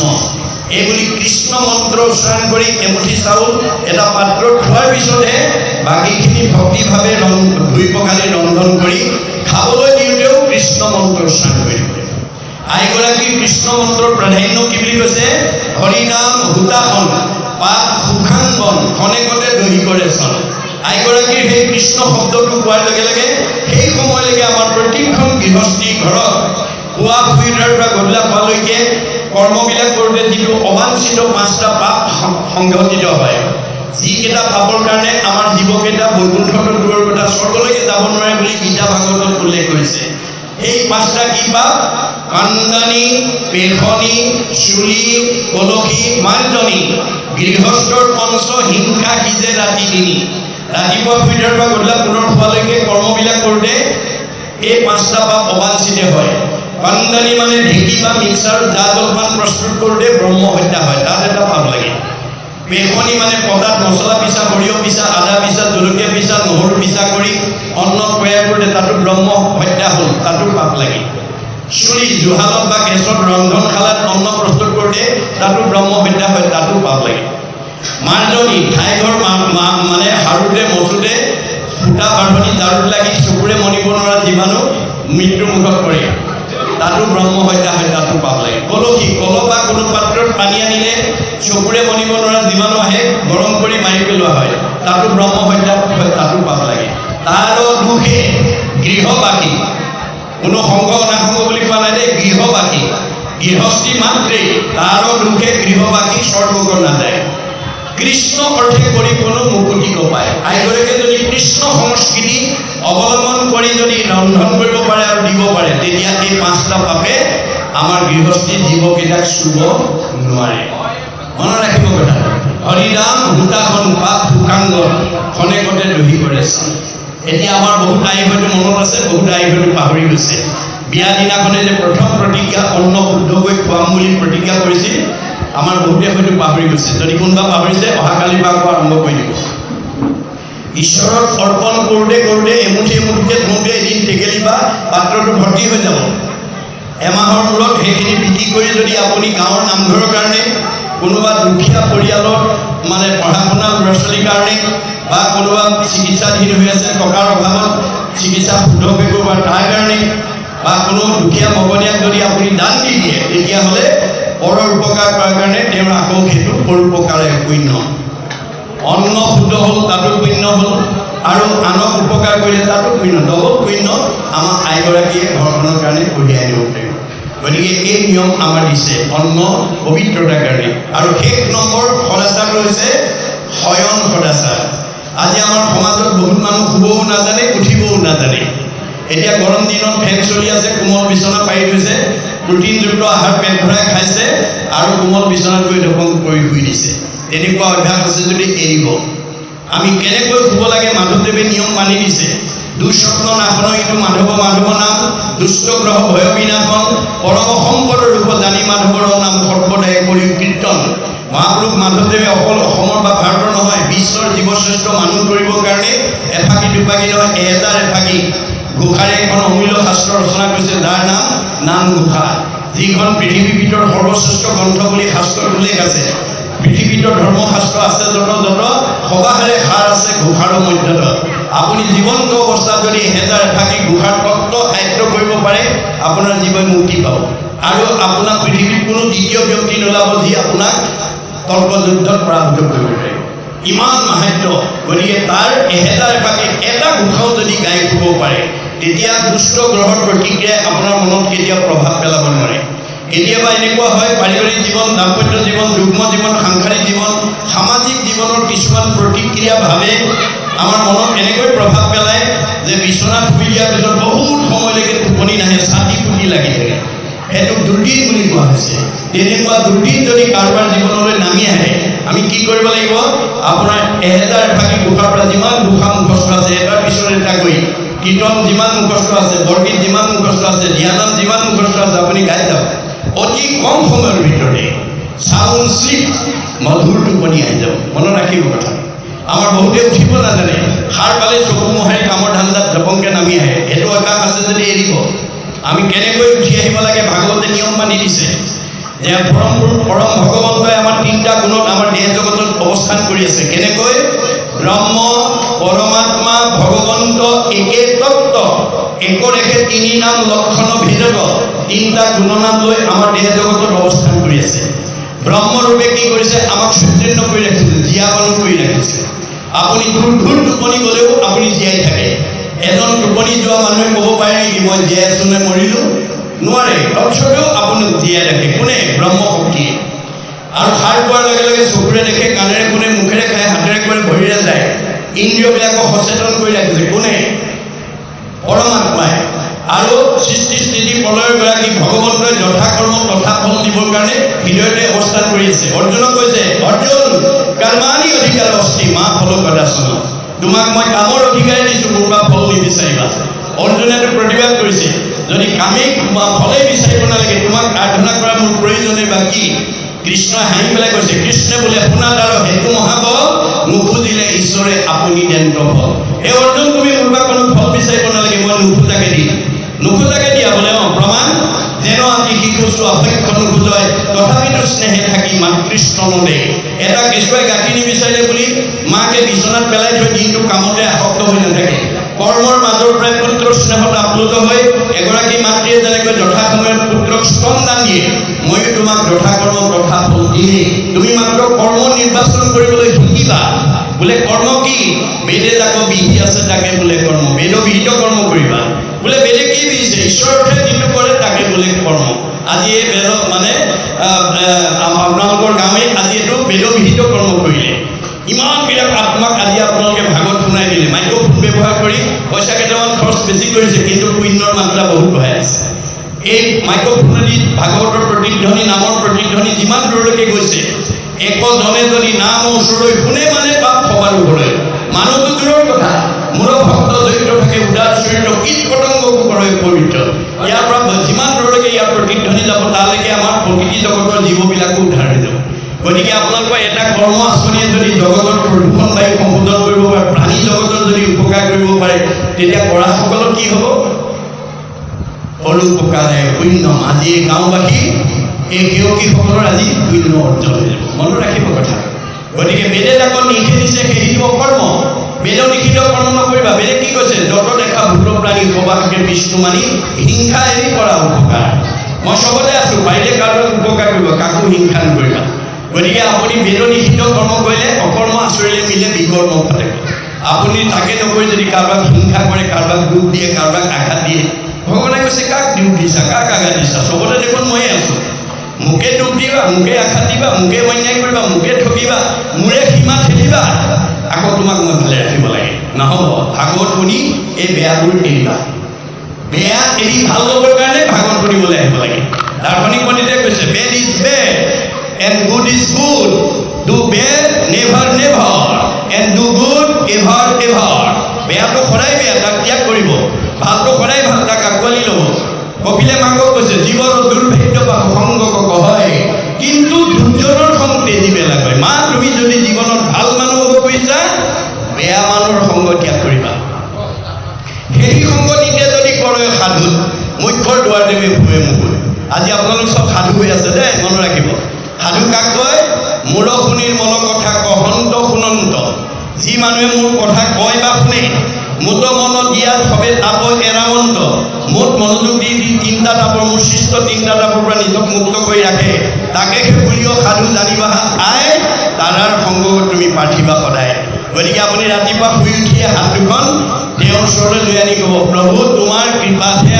সাৰ পাই উঠিল বেজবৰুৱা পথৰ আজি আমুকা বোলে বিচনাতে গ'ল তামুকী বোলে বিচনাতে গ'ল আপুনি যে সাৰ পালে যিজনে আপোনাক সাৰ পাই দিলে সেইজনক আপুনি কথাটো জনাওক প্ৰভু তোমাৰ কৃপাতে সাৰ পাই উঠিলোঁ আজিৰ দিনটো যাতে সুমংগলে পাৰ কৰি তোমাৰ ভক্তৰ সান্নিধ্যত তোমাৰ অমৃতময় কথা শুনি মই যাতে জন্ম জন্মান্তৰ কাৰণে মানে অক্ষয় পুণ্য সঞ্চয় কৰিব পাৰোঁ তাৰ কাৰণে কৃপা কৰিবা বুলি মাধৱদেৱৰ দৰে প্ৰাৰ্থনা কৰিব ইপাৰ সাগৰ দেৱকী নন্দন কৰি মনৰ কাম ভকতৰ সংগ সদা নুগুচক মুখে দুৱাগুণ নাম মাধৱদেৱে ভগৱানক ধন টকা পইচা বিচাৰি প্ৰাৰ্থনা কৰা নাই ভকতৰ সংগ বিচাৰিছে জগত পাৱন হৰি কথা সমুদায় ভকতৰ সংগ বিনে আন সংগে নাই ভকতৰ লগ পালে মন শুদ্ধ হ'ব পৰিয়াল শুদ্ধ হ'ব পৰিৱেশ শুদ্ধ হ'ব ভকতৰ পদধূলি য'ত নাই যাহাৰৰ গৃহত নহি উপগত একান্ত হৰি ভকত তাৰ গৃহশ্ৰয় সৰ্পৰ আলয় মহন্তৰ ইটো মত যিখন গাঁৱত ভকতৰ পদধূলি নপৰে নামঘৰত যিখন ঘৰত ভকতৰ পদধূলি বছৰত এটাও নপৰে সেইখন ঘৰ মানে অপায় অমংগল মনৰ দুখ বেদনাৰ পৰা মুক্ত হ'ব নোৱাৰে মনত ৰাখিব গতিকে আমাৰ এইটো ৰাতিপুৱাই ক'ব আৰু ক'ব যে প্ৰভু এইকেইটা আজি দিনটোৰ কামৰ আঁচনি মোৰ আছে তুমি সফল ৰূপায়ণ কৰিবা সমস্ত দায়িত্ব তোমাৰ ওপৰত অৰ্পণ কৰি উঠিলোঁ কৃষ্ণ বুলি সোঁ ভৰিখন প্ৰথমে নমাই উঠি আহিব কৃষ্ণ বুলি অহাৰ লগে লগে যিটোজনে যাই নাম ওচৰি তাৰ পাছে পাছে ভ্ৰমন্ত হৰি বৎসক স্নেহ যেন ধেনু ধাৱে ভজিও জানি হেন হৰি পাৱে আপুনি ৰাতিপুৱা শুই উঠে যদি কৃষ্ণ নাম লৈ আহিলে কৃষ্ণ আপোনাৰ পিছত আহিব কেনেকৈ এজনী গাই গৰুৰ পোৱালিটো যেনেকৈ মুখৰ আগত কোনো শত্ৰুৱে আক্ৰমণ কৰিব নোৱাৰাকৈ ৰক্ষণাবেক্ষণ দিয়ে ভগৱন্তৰ নাম লৈ উঠি অহাজনক একচিত্ৰ মনে যিটো মহাজনে ফুৰে কোনো নাম স্মৰি তাক ৰক্ষা কৰি ফুলৈ সদায় হাতে কমলকি ধৰি কমলকি মানে গদা গদা মানে নাম শংখ চক্ৰ গদা পদ্ম গুৰুদেৱ নাম ভগত নামে নাটাৰিলে জীৱ আৰু কোনে ঠাই আমি প্ৰত্যেকৰ সদস্যজনৰ মুখতে যাতে ৰাতিপুৱা শুই উঠাৰ পৰা গধূলা পোৱালৈকে ভগৱন্তৰ হাজাৰটা নামৰ পৰা এটা নাম প্ৰত্যেকৰ মুখত যাতে নিশ্চিত হয় তাৰ প্ৰতি গুৰুত্ব দিব আপোনাৰ যাৰ মুখত ঈশ্বৰ নাম হ'ব সেই ভকত হৰি নাম ঘোষি কলি যুগত নিশ্চয় হৈবেক লোক ভকত আমাৰ প্ৰত্যেকজনৰ মুখতে যাতে কলি যুগত যাৰ মুখত ঈশ্বৰৰ নাম হ'ব তেওঁ ল'ৰাই হওক ছোৱালীয়ে হওক বোৱাৰীয়ে হওক শাহুৱে হওক ভকত মনত ৰাখিব কথা এজন ভকত নিজেও তৰিব আনকো তৰাব গতিকে আমি প্ৰত্যেকজনকে যাতে ভকত কৰিব পাৰোঁ হাজাৰটা নামৰ পৰা এটা নাম যাতে আমাৰ মুখত সদায় অনগল হয় ৰাম কৃষ্ণ নাম যিটো সদায় ফুৰে গায় সদায় মংগল তাৰ অমংগল নাই আপোনালোকে সেই আদৰ্শবিলাক প্ৰত্যেক ঘৰতে যাতে আমি প্ৰচাৰ কৰিব পাৰোঁ তাৰ প্ৰতি গুৰুত্ব দিব লাগিব দাৰ্শনিক পণ্ডিতে কৈছে sing of Hari with his fervid heart no other virtue is greater than name's worth আপোনাৰ মুখত এটা ঈশ্বৰৰ নাম ওলোৱাতকৈ আৰু ধৰ্ম নাই মনত ৰাখিব কথাটো হাজাৰটা নামৰ পৰা এটা নাম যাতে আমাৰ মুখেদি ওলায় তাৰ কাৰণে আমি অভ্যাস কৰিব লাগিব you have to keep the practice of remembrance নাম স্মরণ every day every hour rather every second 24 ঘণ্টাত 1 সেকেন্ড হলেও ভগৱন্তৰ হাজাৰটা নাম মংগলময় নাম এটা যাতে মোৰ মুখেদি ওলায় তাৰ কাৰণে আপুনি অভ্যাস কৰিব লাগিব when a strong habit is formed by unceasing practice throughout the period of life then it will be easy to remember God at the time of the day এতিয়া আপোনাৰ মৰিবৰ সময়ত নাৰায়ণ অজামিলৰ দৰে আহি যাব অজামিলে 10 নম্বৰ দৈৰ নামটোহে নাৰায়ণ ৰাখিছিলে পুতেকৰ নাম কিন্তু ভগৱানৰ নাম বুলি নাজানে আ নাৰায়ণ খা নাৰায়ণ কোচ নাৰায়ণ পৰ নাৰায়ণ কৰ নাৰায়ণ যা নাৰায়ণ মাত্ৰ পুতেকৰ নাম লৈ আছিলে মাধৱদেৱে কৈছে চাৰিও বেদৰ চাৰিও অক্ষৰ সাৰক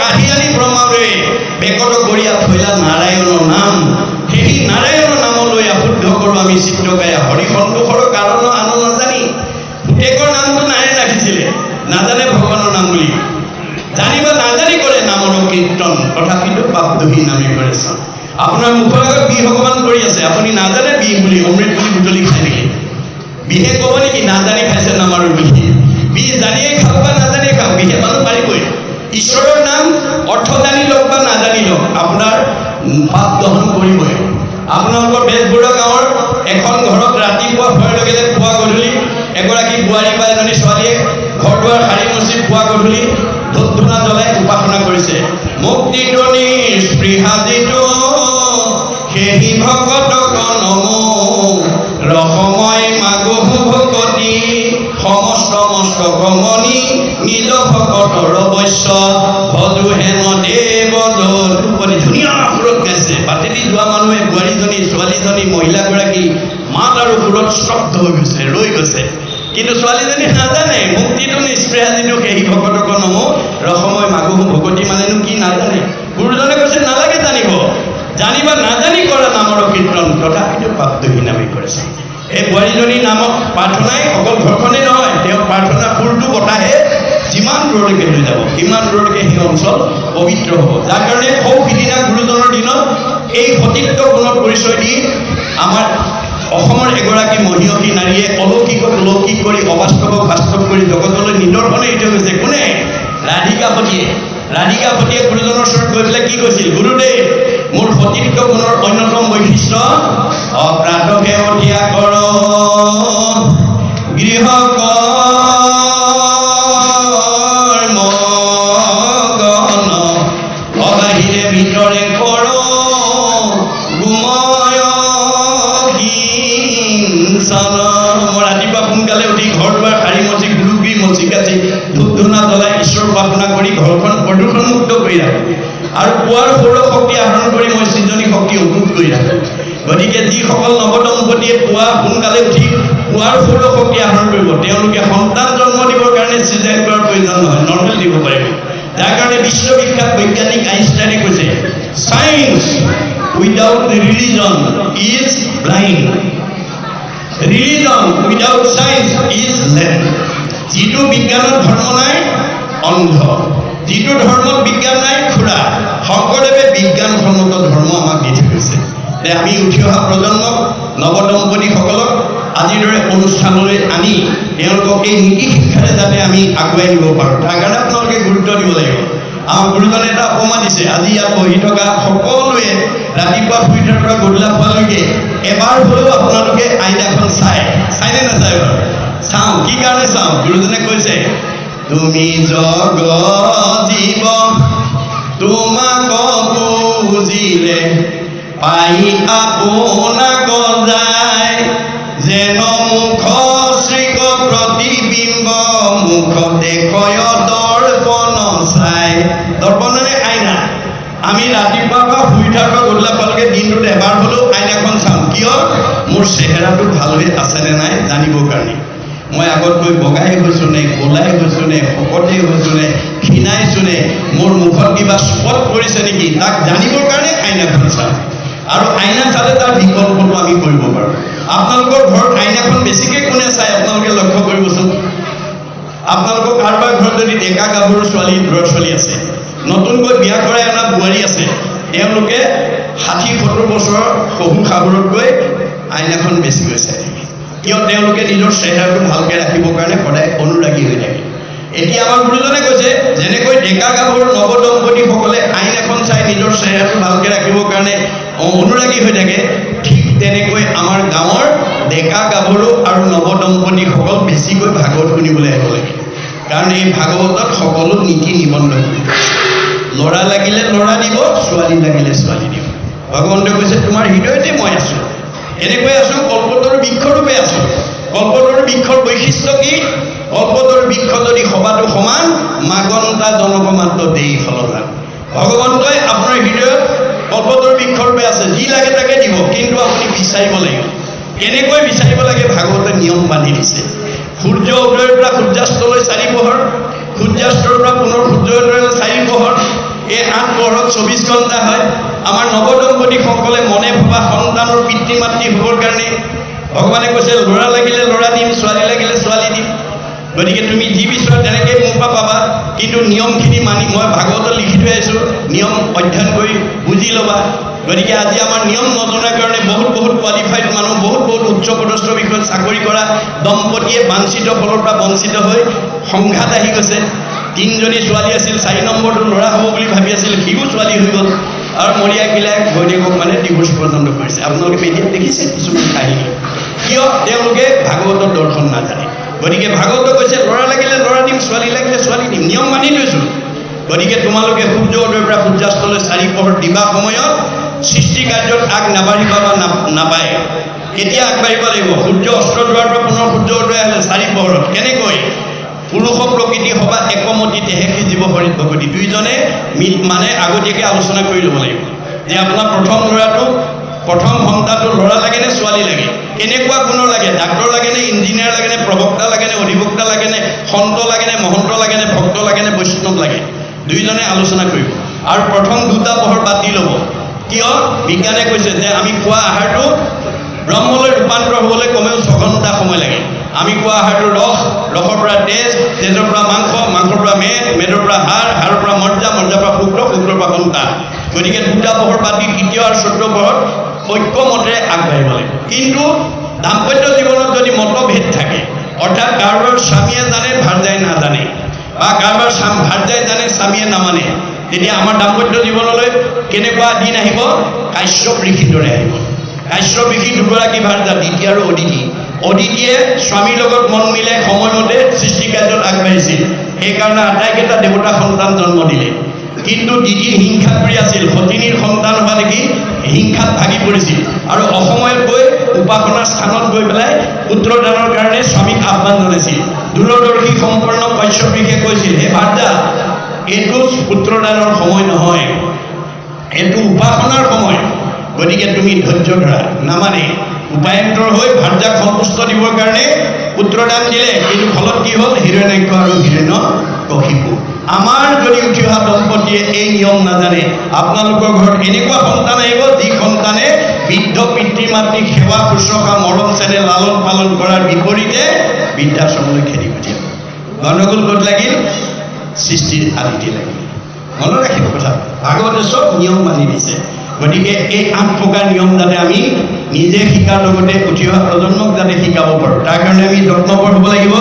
শেষত কি বুলি কৈছে?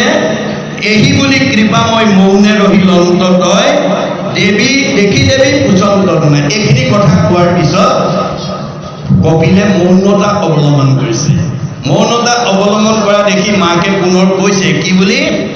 আবে বাপ ভক্তি যুগ বিস্তৰি কহিও মুখ, যেনমতে বুজো অভিপ্ৰায়। তুমি এতিয়া মনে মনে থাকিলে নহ'ব, মোক ভক্তি জ্ঞান দিয়া। মই মাইকী মানুহে বুজাৰ দৰে তুমি বুজাই দিয়া, মই বুজি পোৱাকৈ কোৱা। আবে জীৱ সমস্ত বিবিধ সংসাৰ যেন তাকো গৈ প্ৰপঞ্চে আমাক।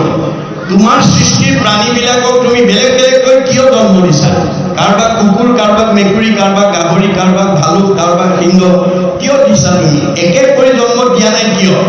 সেই কথাও মোক বুজাই দিয়া। মনত ৰাখিব কথাটো। আবে জীৱ সমস্তৰ বিবিধ সংসাৰ যেন তাকো গৈ প্ৰপঞ্চে আমাক। যে এই মায়াময় সংসাৰত বিভিন্ন প্ৰকাৰৰ জীৱ তুমি কিয় সৃষ্টি কৰিছা, এই বিষয়ে মোক কোৱা। জানাক জানিলে লোকে সমস্ত পাপত হন্তে বীৰগতি হৈবেক সাক্ষাৎ। যিখিনি কথা জানিলে মানুহে মানে ভয়ত সেই কামৰ পৰা আঁতৰি আহিব। এইবিলাক কওক। অধিকাৰ কৈ দিছোঁ সকলোৱে শুনাকে